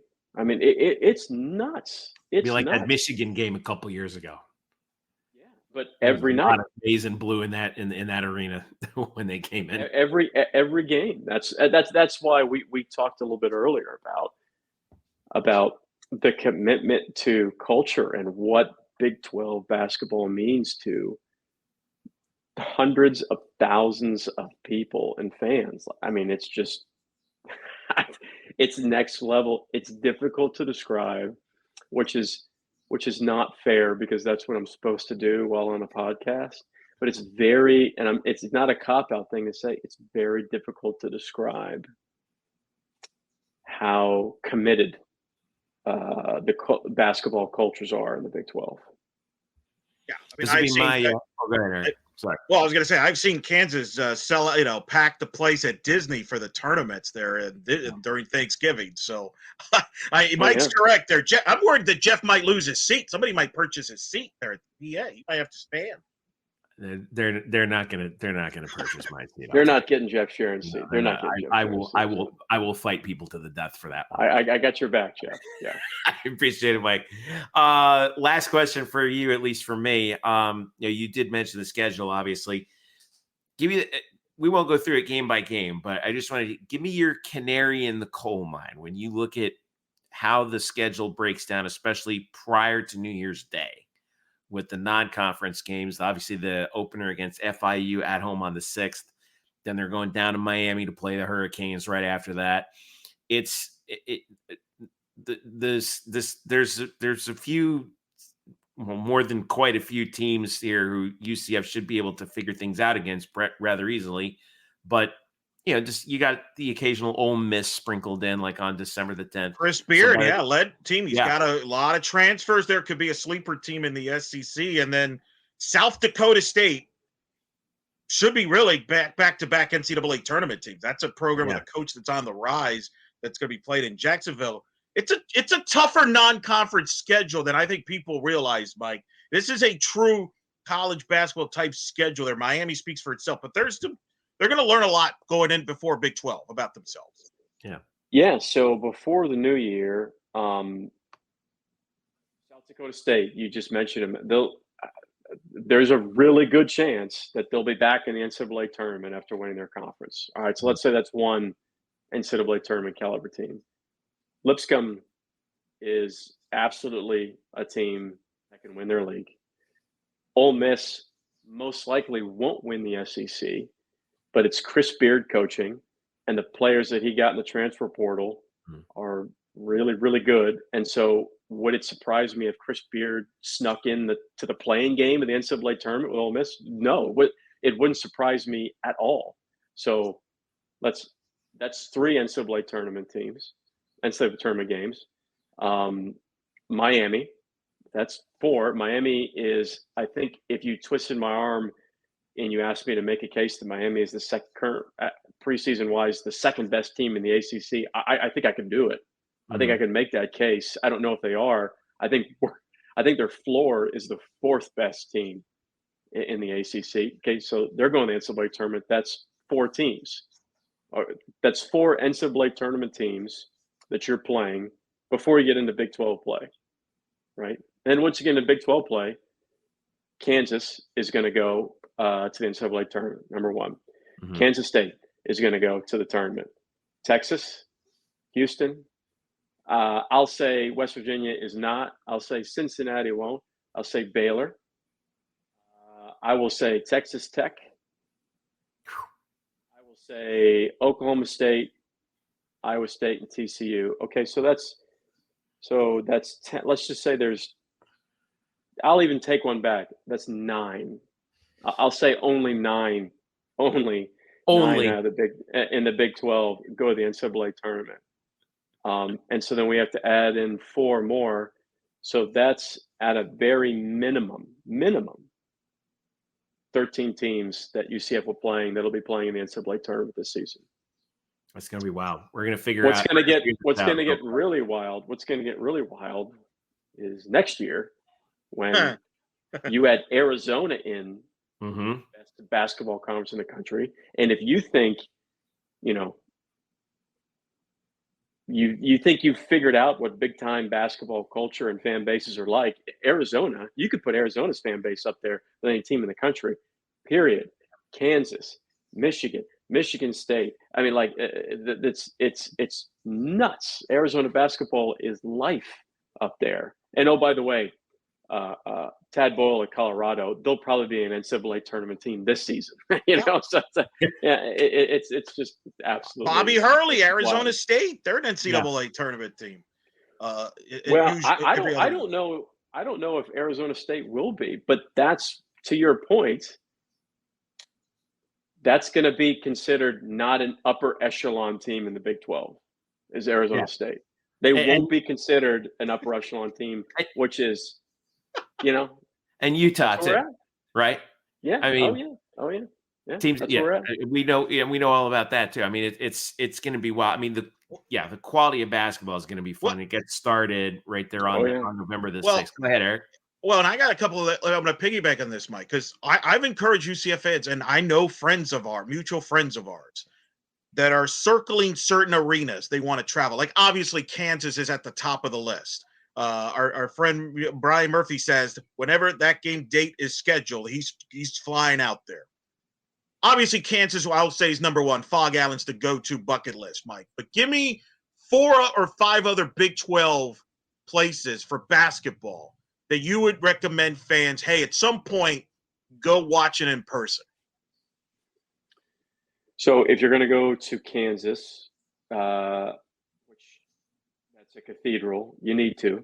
You need to then just hop on over to Manhattan because the Octagon of Doom is an absolute madhouse. Right. It's a madhouse. It's wild. The whole setup is just insane. And Jerome Tame's got that thing humming. So I mentioned BYU. I didn't talk about BYU Stadium and the fact that it's over 15,000 seats. It's awe-inspiring how big it is. And, they're having, even during down years, 13,000 people in the stands. It's the biggest student section in the country. I'm not saying it's the best. It's the biggest. It's thousands and thousands of students that go to the game. And it is an absolute show. One of the best student sections I've ever seen in my life. And then I did mention it before. Iowa State's home. I don't even know. How am I supposed to flip a coin between Iowa State's and Texas Tech's home atmosphere? Actually, I'm going to say Texas Tech. I'm going to say Texas Tech. I don't know how you get into Lubbock, but you got to find a way to get into Lubbock, and it's otherworldly how loud it is around you for a while. So it's otherworldly. But and Iowa State's too. To me, there's a different level of intensity. Texas Tech a little bit more of a show. Iowa State, it's a little bit more heaviness that's on top of you. But that's a flip. That's a flip of the coin. I gave you an extra one. That's a flip of the coin for me, Elo. I'll take it. Man, I've heard a lot about Iowa State. I've heard a lot about good things about Iowa State. And then obviously Arizona. Travel budget, man. Holy smokes. I want to go see all these places. Well, the good thing is you'll have some time, you'll have some time, over the next, course of your life to figure it out. The jewel, I mean, really, if you're going to tier it, it is Kansas. It just, that, there's that. If you're going to talk about Cameron Indoor Stadium as number one, everybody's going to say Fog Allen's number two, right? So that has to be that one. I think you should do a Kansas trip, and you got to try to get both of those, and you got to try to get Kansas State, which is crazy. But I honestly, I'd flip a coin between Texas Tech and Iowa State. You're not going to be disappointed. They're a little bit different atmospheres, but the intensity level's the same. The needle breaks off, and I mean, it's just wild. Last question from me. As the season gets going, you're going to see them against FI. You're going to be part of the broadcast ESPN Plus. But as we see this team play on the court, what are a couple things you're going to look forward to and you're intrigued to find out maybe some answers to some questions you have about this team? We talked a little bit about it already. To me, how Darius plays the point, number one. And I won't go down that path again because we talked about it, but that is number one. Number two, we talked about it because you guys brought it up, is absolutely CJ Walker, his health, what he does. But there's a scoring tandem on this team between Jalen Sellers and Shamari Allen where I'm curious to see they're two different players, and I'm curious to see how they complement each other. Because Sellers, if you're over 45% from three, you can start throwing around the word elite. You can.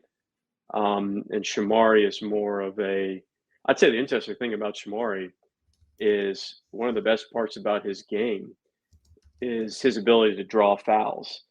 And on the road, Jeff, you talked about, you asked does defense travel? But, your offensive IQ can travel even if you're not making shots. And the beauty about Shamari Allen's game is his ability to draw fouls. He was actually second in the Summit League in fouls drawn per 40 minutes. Almost 6 fouls drawn a game. A 6'5", 6'4" guard. That's pretty big time, right? You're probably I didn't look at that national number, but you probably at a minimum top 50 in the country at drawn fouls per 40 minutes. So two different scores, right? He averaged almost 18 a game. Sellers was at about 14 a game. Those guys, right? You're up a level and a half of competition. Do their games actually translate like that? So I think if you get 80% of what they did at their respective schools previously, you got something pretty good. You like the guards then? Sounds to me like you like the guard depth there, the versatility they have there at the backcourt. I do.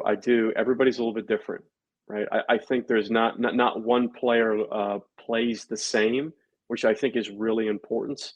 Not from how we talk, how we write it down on paper or how we talk about a broadcast, but from an opposing team's scatter report, right? That makes it difficult, right? It's always great from an opposing team if you've got one or two guys that play similarly.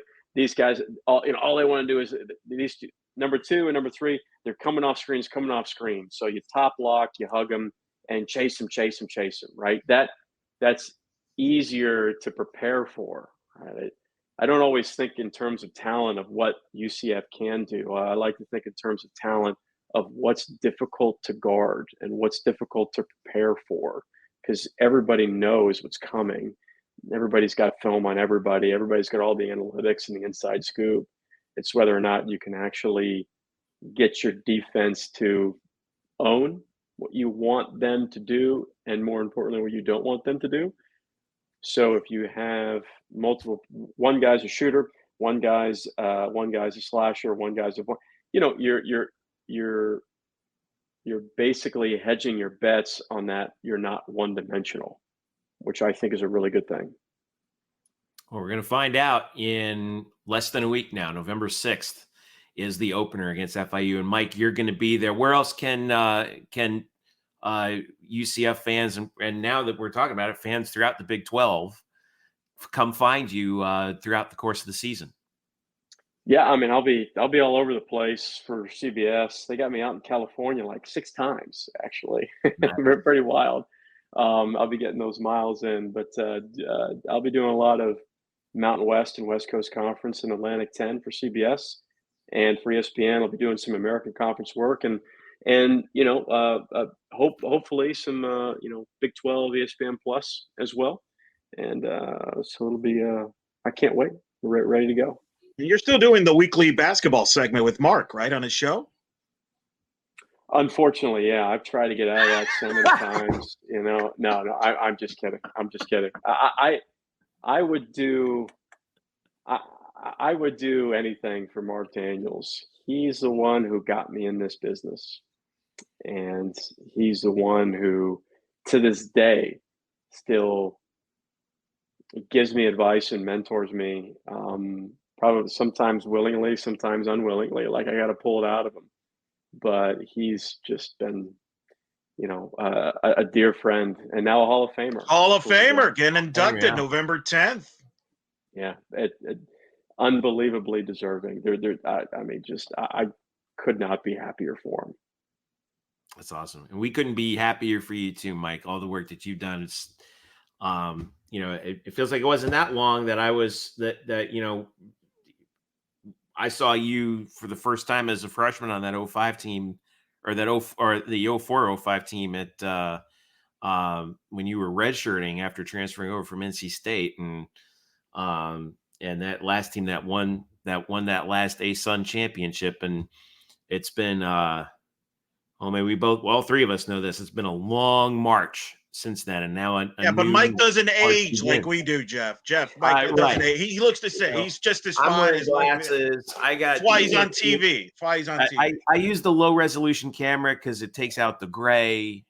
Oh, I'm proudly sporting the salt and pepper upstairs. Don't worry. For what it's worth, I'm not complaining about it. I know I still look 12 years old. But the cartilage in my knees, you can count the rings like an oak tree of where I'm pushing 85 years old. I was going to say you got a few more, the creak that I have in my back and the creak that you have in your knees. It's like, You got a lot more on your knees than I do. It's pointless to even take ibuprofen anymore. It does nothing. Yeah, that's where I'm at. Yeah. Well, I hope that the flights aren't too bad out to California for you, though, Mike. But we thank you so much for spending time with us.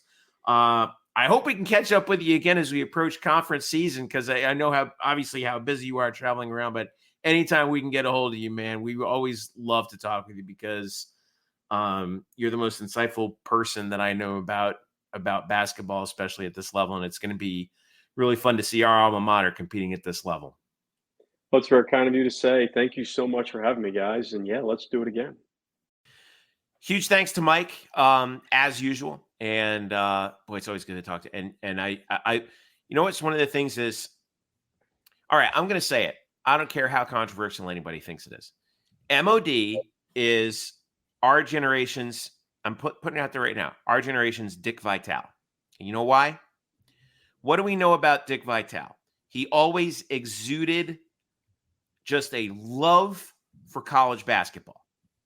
It could be Duke and UNC, or it could be LIU Brooklyn against Wagner. Dickie V didn't care. He just loved to be in whatever arena he was, watching and talking about college basketball. And MOD is the same guy. Same exact guy. MOD, thank you. We'll have him on again later on this season. All right, let's talk about the game coming up. FIU against UCF on Monday. I signed up for KenPom for the first time. And KenPom's got us as an 84% favorite. FIU coming into the season ranked 183. Interesting how Ken Pomeroy really broke down the season. He has UCF winning all but one of their non-conference games, and then going. What did you have? The Miami loss? Does he have Miami? He has Miami as the Miami as the only loss, and then once you get to conference play, everything kind of goes haywire. And he's predicting only 3 conference wins at the start of the season. So that would put him at 14 and 16 projected record. He has it down at the bottom. I don't know how this matches up, but 15 and 14. Now, I think there's some things that are kind of a little off, but 15 and 14, 6 and 12. For some reason, he's got us predicted to win 3 of these, but then it says 6 and 12. I don't know how this works. I'm still. Does that include like a possible tournament win? Maybe. Well, I mean, if it did, it would mean 3 tournament wins, and I don't know how likely that is. But no. Well, I mean, look, if they could get, to me, if he could 11-1 non-conference, which is, as we talked with Mike, it's a tricky little non-conference schedule with Miami, obviously, but you got Ole Miss with Chris Beard, South Dakota State, who's a really good team. That's an NCAA tournament team in Jacksonville. You're going to play. UCF's going to play them there. If you go 11-1. And let's say you go 5 and 13 in the Big 12, which I think that's what I'm predicting. I'm actually going bold here. I'm sick of the college basketball people kind of making fun of us nationally. I don't think we're going to finish last. I actually don't. I think we'll finish 13th. And I know that sounds like that's my bold prediction because everybody just assumes they're going to be last. I think they'll finish ahead of BYU. I think they'll they'll split with BYU, split with Cincinnati, split with West Virginia. That's 3 wins right there. I think they'll beat a couple others. But if they go 16-14, they're going to be in the NIT, and that's a good thing. That's if they go 16-14, Johnny Dawkins' first year out in the Big 12, that's a win for this program, right? I mean, we were saying especially with what, 7 transfers? Yeah, playing regular minutes. I kind of feel like transfers playing regular minutes under Johnny Dawkins the past couple of years is par for the course, my guy. Yeah, but it's one thing. It's one thing to do that in the American. It's another thing to do that in the Big 12, right? Jeff, I bet.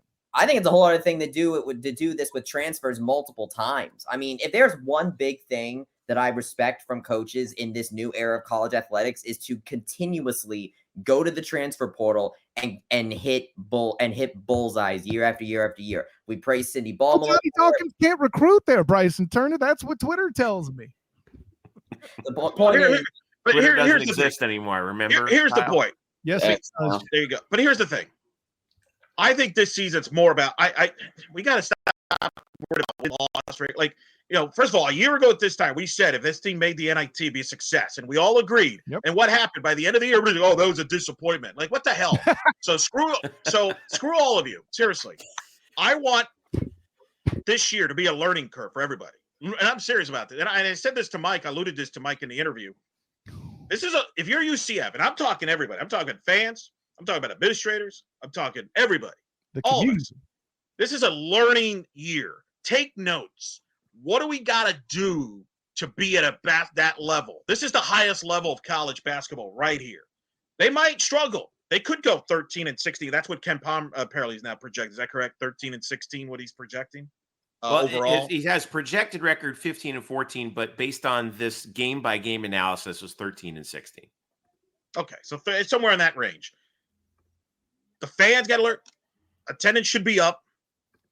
Support's going to be up. But we got to learn a lot of things. We got to learn about, hey, do we need, upgrades? Do we need better upgrades in facilities, finances, everything? Everything has to be evaluated. Well, the answer is if Eric, the answer is what?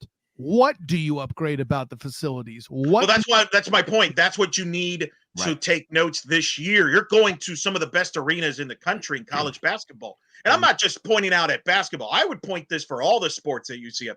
What do we got to do to now we're in the big leagues now. What do we got to do to get better and help and get better? And it's the obvious getting better athletes, blah, blah, blah. We know that.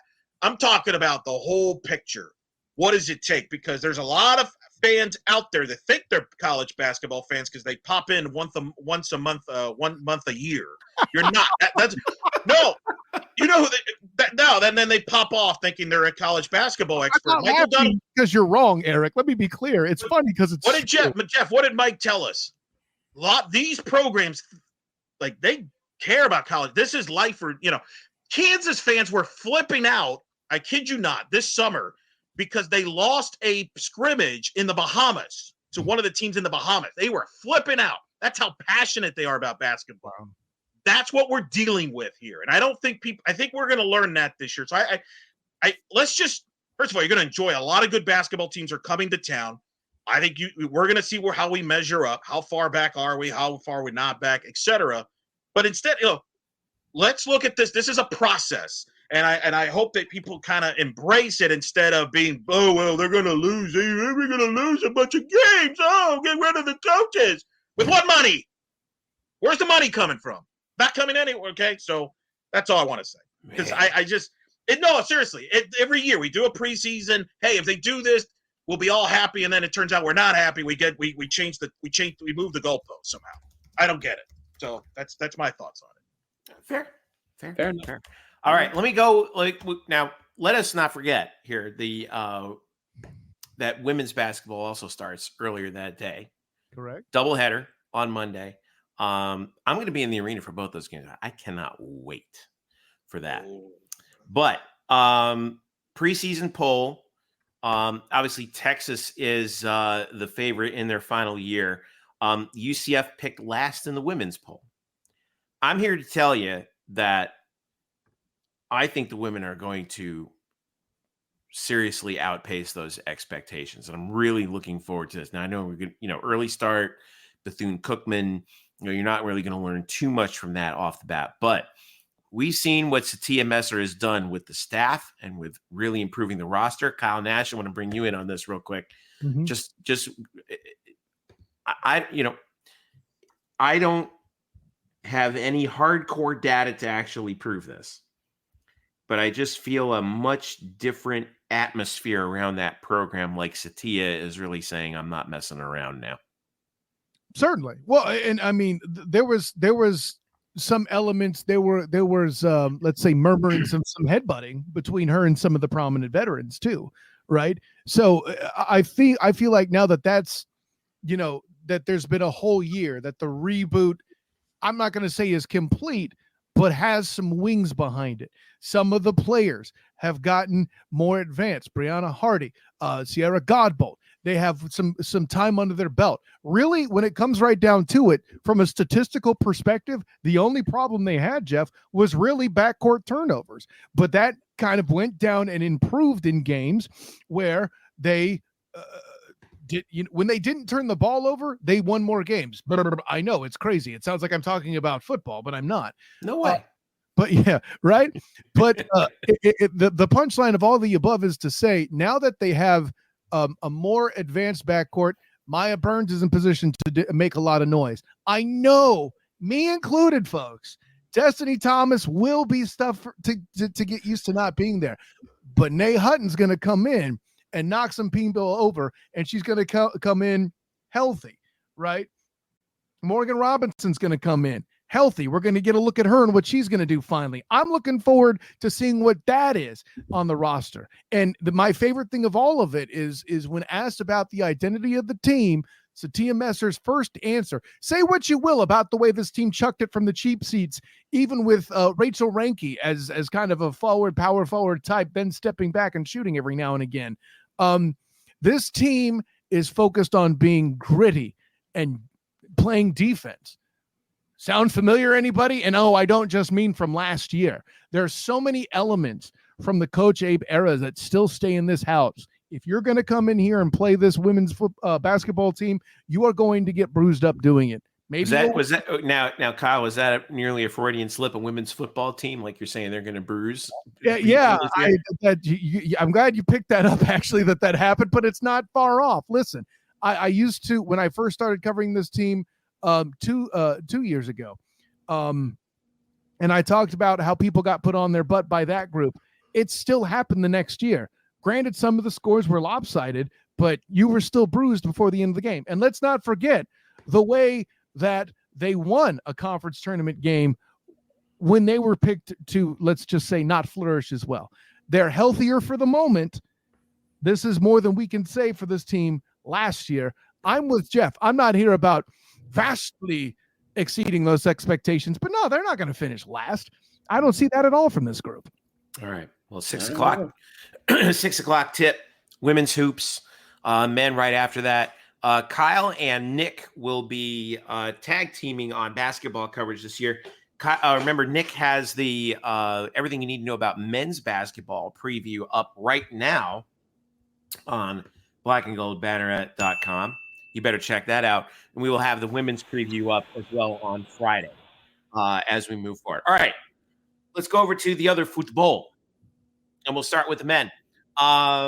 Disappointing loss on Halloween night, Bryson Turner, for on senior night. They lose 2-1 against James Madison on an 88th minute goal. And that snaps the, 6-game win streak that had them all the way up at number 1 in the country. They are most likely going to fall out of the top spot. Well, that was fun while it lasted. But still most likely in the top 5 as they finish out with a 10-2-2 record heading into the Sun Belt tournament. But what was most unfortunate about it, though, is the fact that they do take the number 2 seed, but they lose the conference regular season title. Marshall ends up taking it by virtue of the tiebreaker.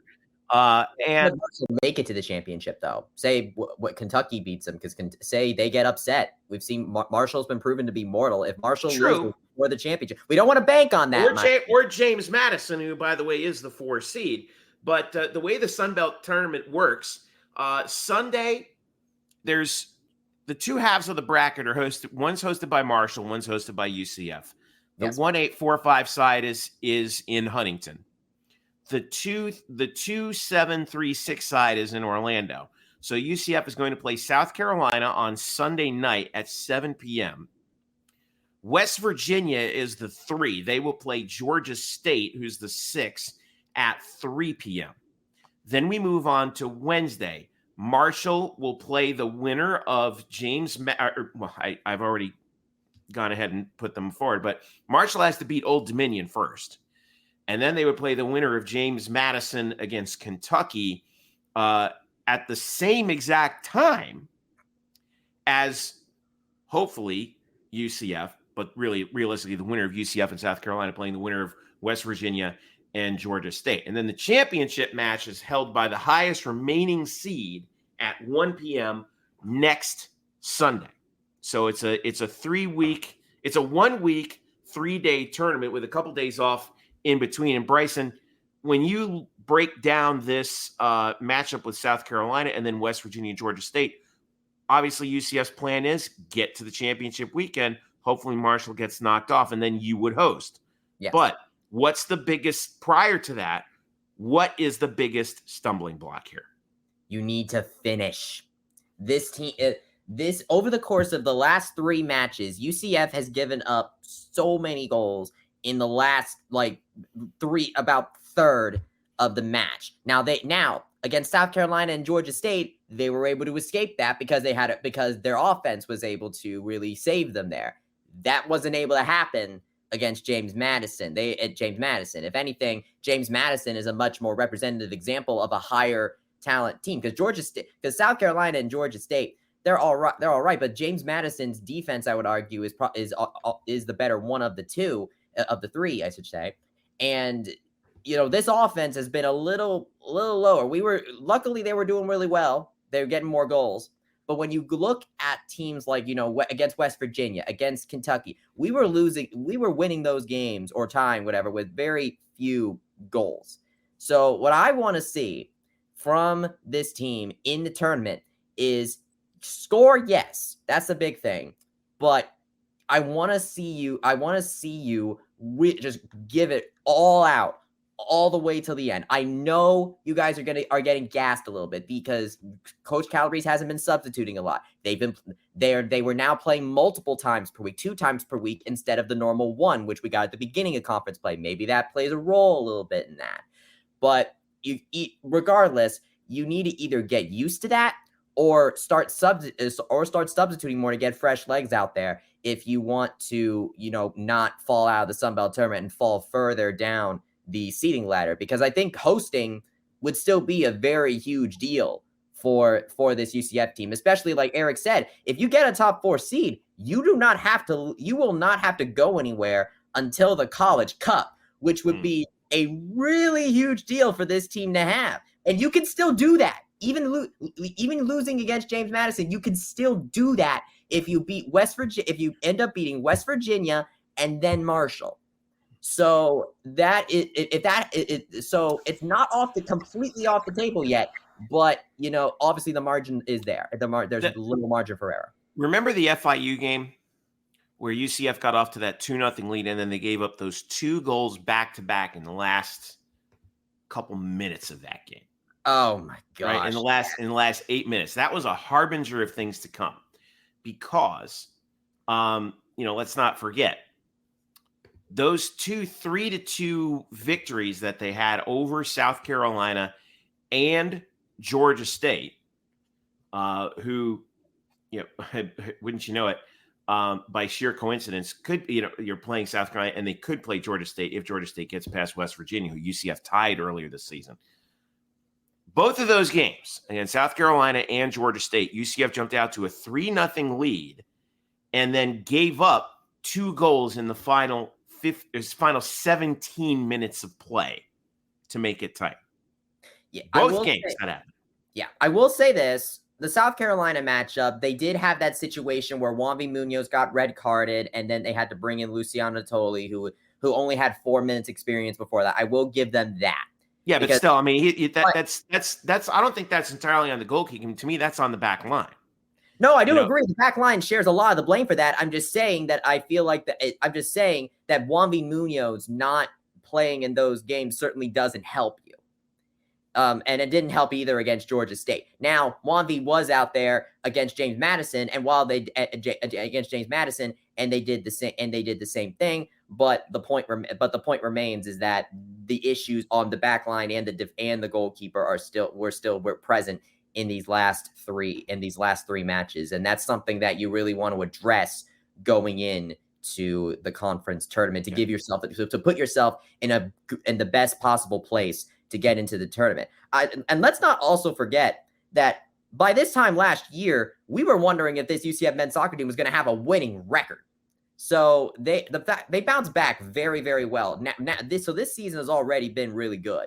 At this point, now it's just putting yourself in the best spot to take advantage of this season, because this is I think this is arguably one of the most talented UCF men's soccer teams we've seen in a while. Like I remember actually when I first, right before I joined the Banneret, when UCF was in the American tournament in that spring season against SMU. I remember that game. I still do. And do you feel like that this men's soccer team on a talent level is kind of right on there, like with that Cal Jennings? Well, I think, remember Cal Jennings graduated before that season. And, I want to bring you in on this too. I mean, obviously, yes, talented, right? But talent and 39 cents will get you a box of grape juice. The thing is, they've been at number one for 2 weeks. That means that you are a competitor. You are a national title competitor, all right?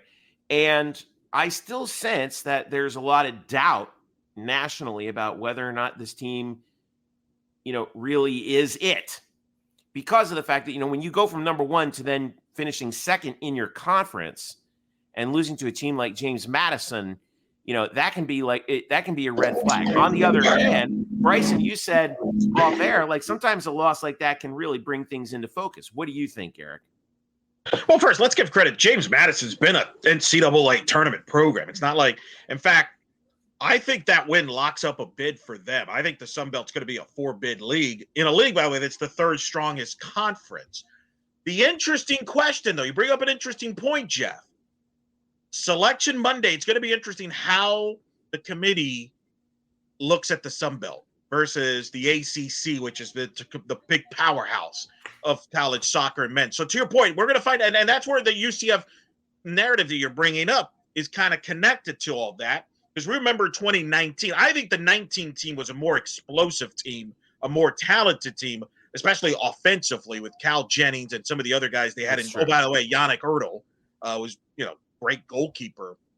But Jeff, you remember what happened? The American had a monster year that year. They were top 4 in the country in the RPI conference. But on Selection Monday, UCF, even though they had an RPI of 4, got dropped to a 9 seed and paired up with SMU in an 8-9. They had to go to Dallas for the Sweet 16. They lost in overtime to SMU. And I wrote against the team in their conference. Correct. And so will history repeat itself? Are they going to get paired up against another Sun Belt? A lot will depend on how this tournament goes for them, which is why I don't think the path is the worst thing in the world, because if they were to beat South Carolina, which they have to, I think if they lose to South Carolina, that probably kills their top 4 seed in the NCAA tournament chances. And now you're just trying to keep it 5 through 8. But if you play West Virginia and beat them, and if you play Marshall and beat them, that's 2 top 10 wins that could skyrocket you. I think arguably they're maybe the number 1 or 2 national seed. It'd be you and whoever wins the ACC tournament from that standpoint. Notre Dame or Virginia, probably. Somebody like that. But will they get that respect, or do they get shafted like in 2019 where they got dropped inexplicably to a 9, which is the point where I wrote a column for the site saying they got screwed. That was the headline, Bryson. They got screwed. So you know that it's bad when Eric decides to write, how bad it was. I really did. I blasted him. I lost it. So I think defensively this team is the best. I think they have the depth, the talent in the back line. But I am curious, playing 3 matches potentially in 7 days. They have been gassed, and what's fascinating is Scott Calabrese is not a big substitution guy.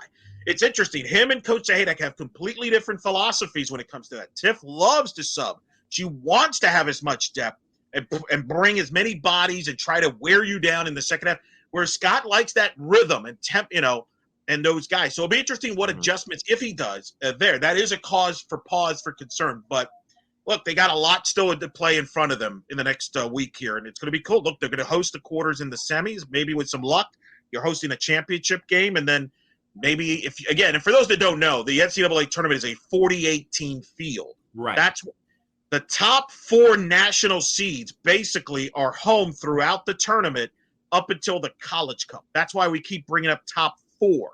Top 8, you host all the way until the quarterfinals. And I think top 16, you basically get a bye in the first, you all get a bye in the first round, et cetera. This team has locked up a national seed. It's just Can they keep a top 4 national seed? That's what's at stake, I think, in the next week. Well, let's not forget that UCF has a really big chance, because if they have to face West Virginia and Marshall again, the last time they did that was right at the beginning of conference play. And they drew one and then lost to the other one. So with this one, I think a big thing that the committee could look at if they face West Virginia and Marshall again is, can you improve on that? Say you beat West Virginia, maybe draw Marshall. No doubt. And listen, the same applies to Marshall and West Virginia. This is equally big for them. They want to crack the top 4 national seed. So this is a big tournament from a seeding national standpoint. Because I think the Sun Belt will get someone's going to be in that top 4, maybe 2 teams. Is it Marshall? Is it UCF? Is it West Virginia? Is it a combo? That remains to be seen. It depends what happens throughout the week. It's going to be a very important week from that standpoint. And let's not ignore JMU and Kentucky, who have been resurging late in the year. I mean, the Sun Belt legitimately is. I think someone on Twitter said that the Sun Belt was the SEC of men's soccer. That's Jeff. That was Jeff. That was me. And now that, and honestly, I was doubting that for a little bit. But now that JMU and Kentucky are showing signs of life, then I think that this is really looking like an SEC of men's soccer right now. Well, you got 3 of the top 8 in the RPI. I don't know where the loss is going to pin UCF after the loss to JMU, but you got, like you said, both of you guys said, you got to recover quick. South Carolina, Sunday, 7 p.m. on campus. Prior to that game, 3 p.m. West Virginia, Georgia State. Winner of that will get the winner of UCF and South Carolina. The semifinal hosted by UCF will be Wednesday night, 7 p.m. We're hoping for UCF against. It would be best for UCF to play West Virginia. I would imagine in that scenario. Well, just play whoever you just take care of business. Take care of yourself. Well, I mean, here's the other bit about that. UCF did defeat Georgia State, but drew West Virginia 2-2 up in Morgantown. So. I mean, that's going to be, that hopefully could be a rubber match. Yes. And hopefully you get some more big crowds, the big record crowd for senior night against JMU. Halloween night. Everyone put off trick-or-treating for that. By the way, we're going to need an even bigger crowd on Sunday for this first round game. And an even bigger crowd, assuming UCF gets through on Sunday, on Wednesday. That's going to be the big one. And the rest of the month until with the NCAA. I'll tell you something, Eric. I remember we talked about this a long time when it was announced UCF was going to the Sun Belt. We were worried that because they were in a different conference, that would fans really care about men's soccer when they're not playing the same teams that the other programs are playing aside from West Virginia. And lo and behold, they have their highest attended game ever. Well, this year's been a massive success from that standpoint, which I pointed out in the column last week. Years old. Home. West Virginia matchup was at home. Yeah. It was at home? I thought it was in Morgantown. Nope. That was home. Oh, it was home? Okay. Gotcha. All right. Sorry about that. But anyway, Sunday, 7 p.m., South Carolina. Wednesday, 7 p.m., the semifinal. All right. I want to flip over to women's soccer real quick. UCF fell in the Big 12 semis to BYU. Really could have helped themselves out with that one with a win there, but they did quite a bit of help for themselves by defeating TCU in the quarters, particularly on a key late goal, and this puts UCF in a scenario where they are most definitely on the bubble for the tournament, but they're in a better position now than they were. Now, obviously, like we said, had they beaten West Virginia, had they beaten BYU, that really would have helped. Nonetheless, Eric, I'm gonna bring it over to you on this as I pull up the RPI because I wanted to get everything in front of us here. But what's your sense right now? Did they do enough to get in? Razor thin. We are going to have, by the time this is out, We're going to have an article this weekend. We're going to be following this daily with the women's soccer. And me and Bryson worked on it. We broke down the bubble. They're going to be either one of the last teams in or they're going to be one of the first 4 out. And it's going to depend on how other results play out, in particular in the Big East tournament. The West Coast Conference is going to play out this weekend. UCF's going to be following that. It's tight. The TCU win gave them a chance. If they would have lost to TCU, I think this would not even be close. But the TCU match gave them a chance. I would have liked them to play better against BYU. That was kind of a man, 4-1. That's why their KPI, which for those that haven't listened in the past, the KPI is also a new metric that the committee gets to use in all sports this year. And the KPI does break down how you lost. Did you get blown out? Did you go to 5 sets in volleyball? Things like that when they hit it. So that's why I think soccer, for example, women's soccer is a little lower on the KPI than the RPI.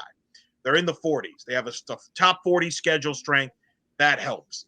But I got to be honest, Jeff, this is right down the line. I would not be surprised either way on Monday at 4 o'clock.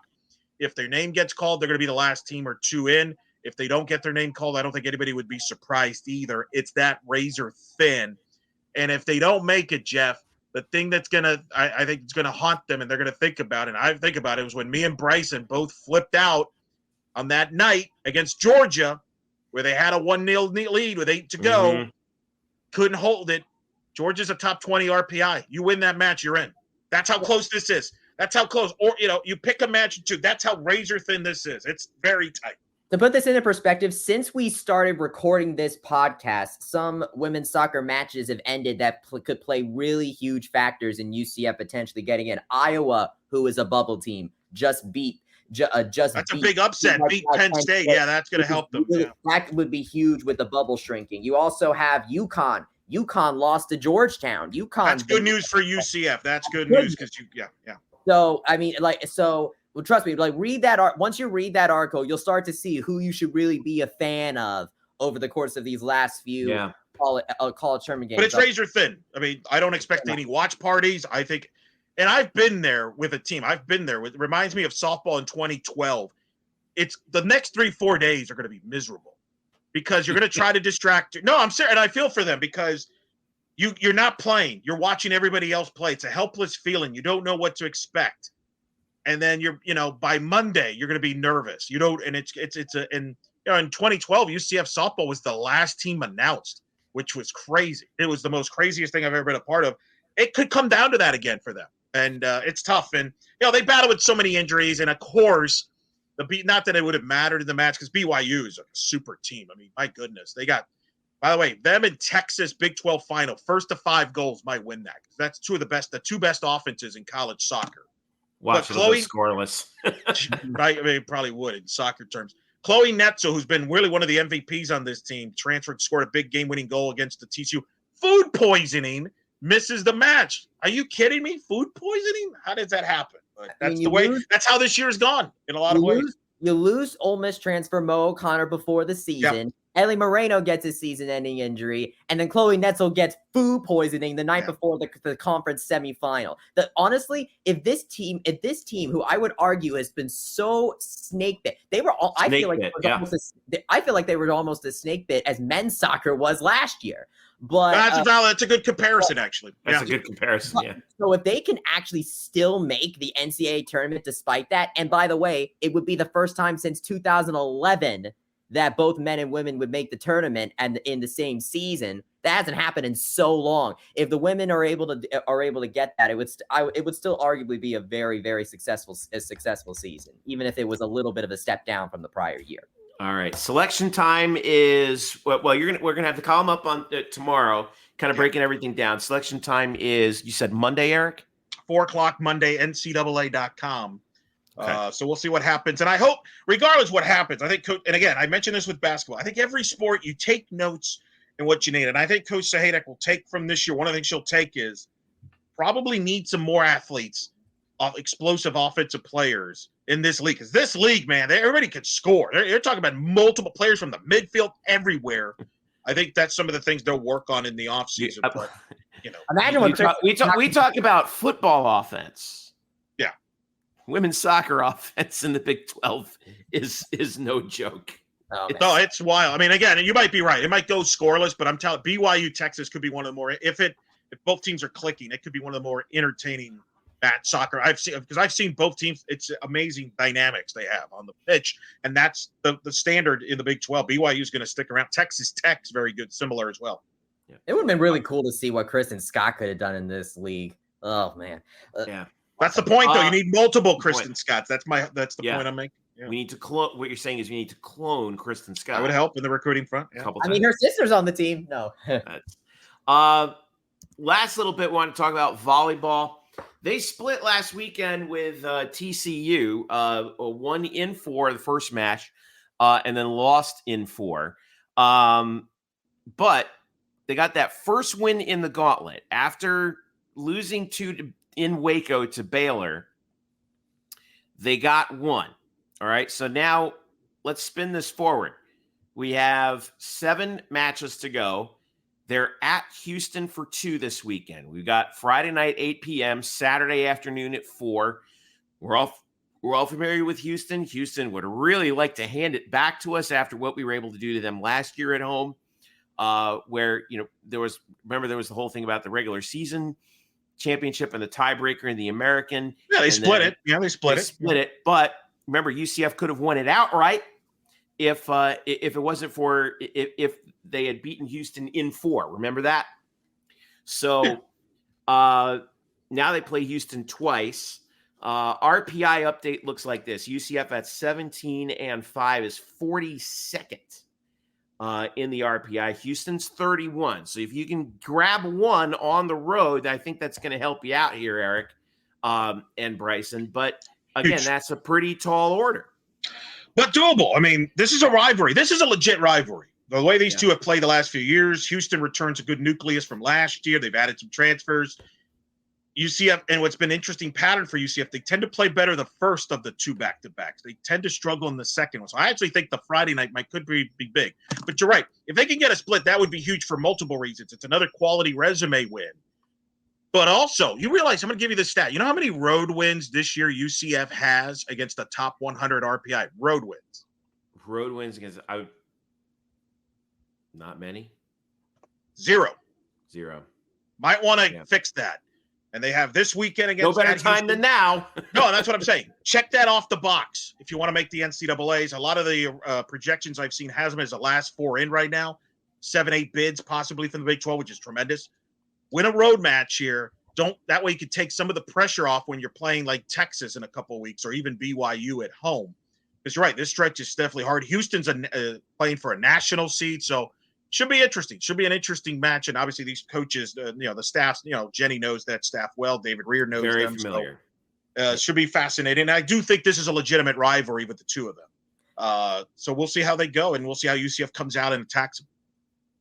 Eric, you said, I believe, that the magic number for this gauntlet was 4 wins, if I remember. So, let's think about this. Say you get 1 against Houston, and then you have you also have Iowa State. Iowa State is 52 in the RPI. They're the odd team out of the tournament for now.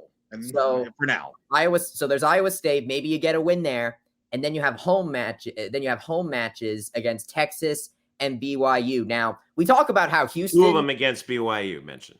Right. So you talk about how Houston's a big rival for all of us. Let's highlight that BYU being, because we have a certain player on that women's volleyball team that is very intimately familiar with BYU, and Emily Wilson, who transferred here from San Diego, who's in the same conference as BYU. So that's a matchup I think that's going to be personal for her. Well, that's looking ahead. We can't look at Houston. No.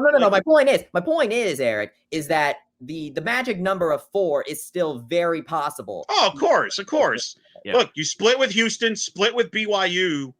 All you got to do at that point is win one of your last 3 of Texas, Iowa State, Kansas, and that's it. You're in. Yeah. Simple. Well, remember, they beat Kansas last year, but Kansas is better this year. They're top 16 national team. Yeah. Yep. We mentioned Baylor, and to give that perspective, Baylor, who UCF lost 2-2 in Waco, is 23rd. Where's Texas? They're number 2 right now. Number 2. So, yep, that gives you a pretty good BYU 16. And then who else were we looking at? Obviously, Houston at 31, TCU 30. I mean, getting one of those against TCU is big. At what 36. you want to do is avoid sweeps. Yes. Steal a road match. Whether it's Houston, whether it's Iowa State, can't steal a road match. Get to 20. Iowa State 52. Yep. So, like we said, 3 of your last 7 here or better, and you should be in pretty good shape. Yeah. Right now you win 3 more. That gets you to 20 wins. And you're in the field more than likely. So, all right. Real quick, baseball schedule also just dropped earlier today. This is pretty tight. The conference schedule, I should say, dropped. UCF will start at Oklahoma on March the 8th. Home for Oklahoma State. That's the home Big 12 opener. We got home series against Texas Tech, Kansas State, Cincinnati. Texas comes to town in May. Oh, my God. Hello. And that's going to wrap up the home schedule. So you finish up with Texas. That's pretty. Now, you got to go to Houston. You got to go to West Virginia. You got to go to Kansas. Yeah, and you open at Oklahoma. It would have been cool to have Oklahoma here, but I guess you kind of have to pick and choose which one you want home and away in their last year here, right? Oklahoma and Texas. I'll take Texas. Thank you. One of the 3 biggest brands in college baseball history. Thank you. Thank you very much. Thank you. 3-game set with them in early May, man. It's going to be fun. That's unbelievable. Wow. There's a conference bye week that happens between the weeks of April 14th and April 26th. But you separate the conference schedule out by that. The pre-bye week schedule is absolutely nuts. Where every single opponent you face, barring Kansas, were in the top 55 RPI last year. After the bye week, Cincinnati 160, Houston 102, Baylor 174. Only Texas is at 21. Yeah, so, only Texas. So what you're saying is this is a reverse gauntlet, Bryson Turner. I would definitely say so. I think that's a very good way to a very good way to put that. The Big 12, I would say, is I think a very deep college conference because you had Kansas State, who finished in 50, was 53 in the RPI. They missed the tournament last year, when I was doing putting together this Google sheet, I was remembered that and I'm like, oh my gosh, they did miss it. So this is a very, very deep conference that the UCF has found themselves. Which is why they've expanded. Kendall Rogers reported this. The Big 12 tournament is expanding to 10 teams. Yeah. So that's going to be a very, by the way, the Big 12 tournament is going to be held at the now new home of the new World Series champions, Texas Rangers at Globe Field. So you could say now that you'll get to play at a Major League Park, home of the World Series champion Texas Rangers. How about that? Wow. That's honestly a really cool aspect. And let's not forget that we still have the non-conference schedule to look at. I was actually on the phone with Rich Wallace earlier today. And he mentioned how these are like super regional. Pick that name up that you dropped there, Bryson Turner. Okay, that's what he's doing there. Regional type quality teams. Yeah. Hey, we had already scheduled to talk about fall ball. The schedule dropping when it did is a complete coincidence. He gave it a very super regional environment, and I honestly really agree with that because every single Big 12 team has the wherewithal to make, or most of the Big 12 can make it to a super regional. And now instead of the American where you just had ECU, now you have that kind of super region. It's like playing ECU practically every other weekend, maybe a little more often than that. Yeah. So this is going to be a very big test to see how the Big 12, how UCF can stack up, but it's happening at the same time where we're getting this kind of refresh with this this new head coach. You got the the new pitching coach who's a College World Series champion. So it's funny. I think baseball is going to be one of the most interesting teams to navigate in this new Big 12. Softball, I would argue, is more like hype because you're going up against the teams like Oklahoma, who's like the class of the sport in there, and Eric can talk about that a lot more than I do. But baseball, you don't really know what's going to happen because there's so many different unknown elements. There's so many new faces on this team, oh man, when I get to writing that baseball preview, oh boy. But this team, I think, is going to be very fun to learn about over the course of this season, and I can't wait for opening night for whatever non-conference matchup we face, and hopefully we'll get that scheduled soon. All right, we should be having it soon. All right, that's going to do it for us. Woo! Huge thank. What a great show we covered a lot for you. Huge thanks to Mike O'Donnell once again. You can catch him on UCF's opening night telecast on the Big 12 Now and ESPN Plus. Remember, women starting against Bethune-Cookman at 6, men starting right after that against FIU to kick off the season. Football 3:30 at Cincinnati. Don't forget, we're going to be keeping an eye on what the women do on Monday for women's soccer. Women's volleyball is at Houston this weekend. And, of course, men's soccer starting the Sun Belt tournament Sunday night. The Equinox, Jeffrey. It's going to be a busy. What a huge weekend. Women's soccer, fingers crossed. Yeah, fingers crossed for women's soccer. So it's going to be a big Monday. We're going to find out real quick. So Saturday, football, Sunday, soccer, Monday afternoon, soccer, evening, basketball. Off we go, not to mention UCF volleyball on the road also. So that'll do it for us here on the Night Shift Podcast. Make sure you follow us at blackandgoldbanneret.com, your home for the latest UCF content across all sports. We'll have Night Shift as well after the Cincinnati game up in Nippert. Thanks as usual to Kyle, the student of the game, the SOTG on your social media profiles. Thanks also to Nick Porcelli too.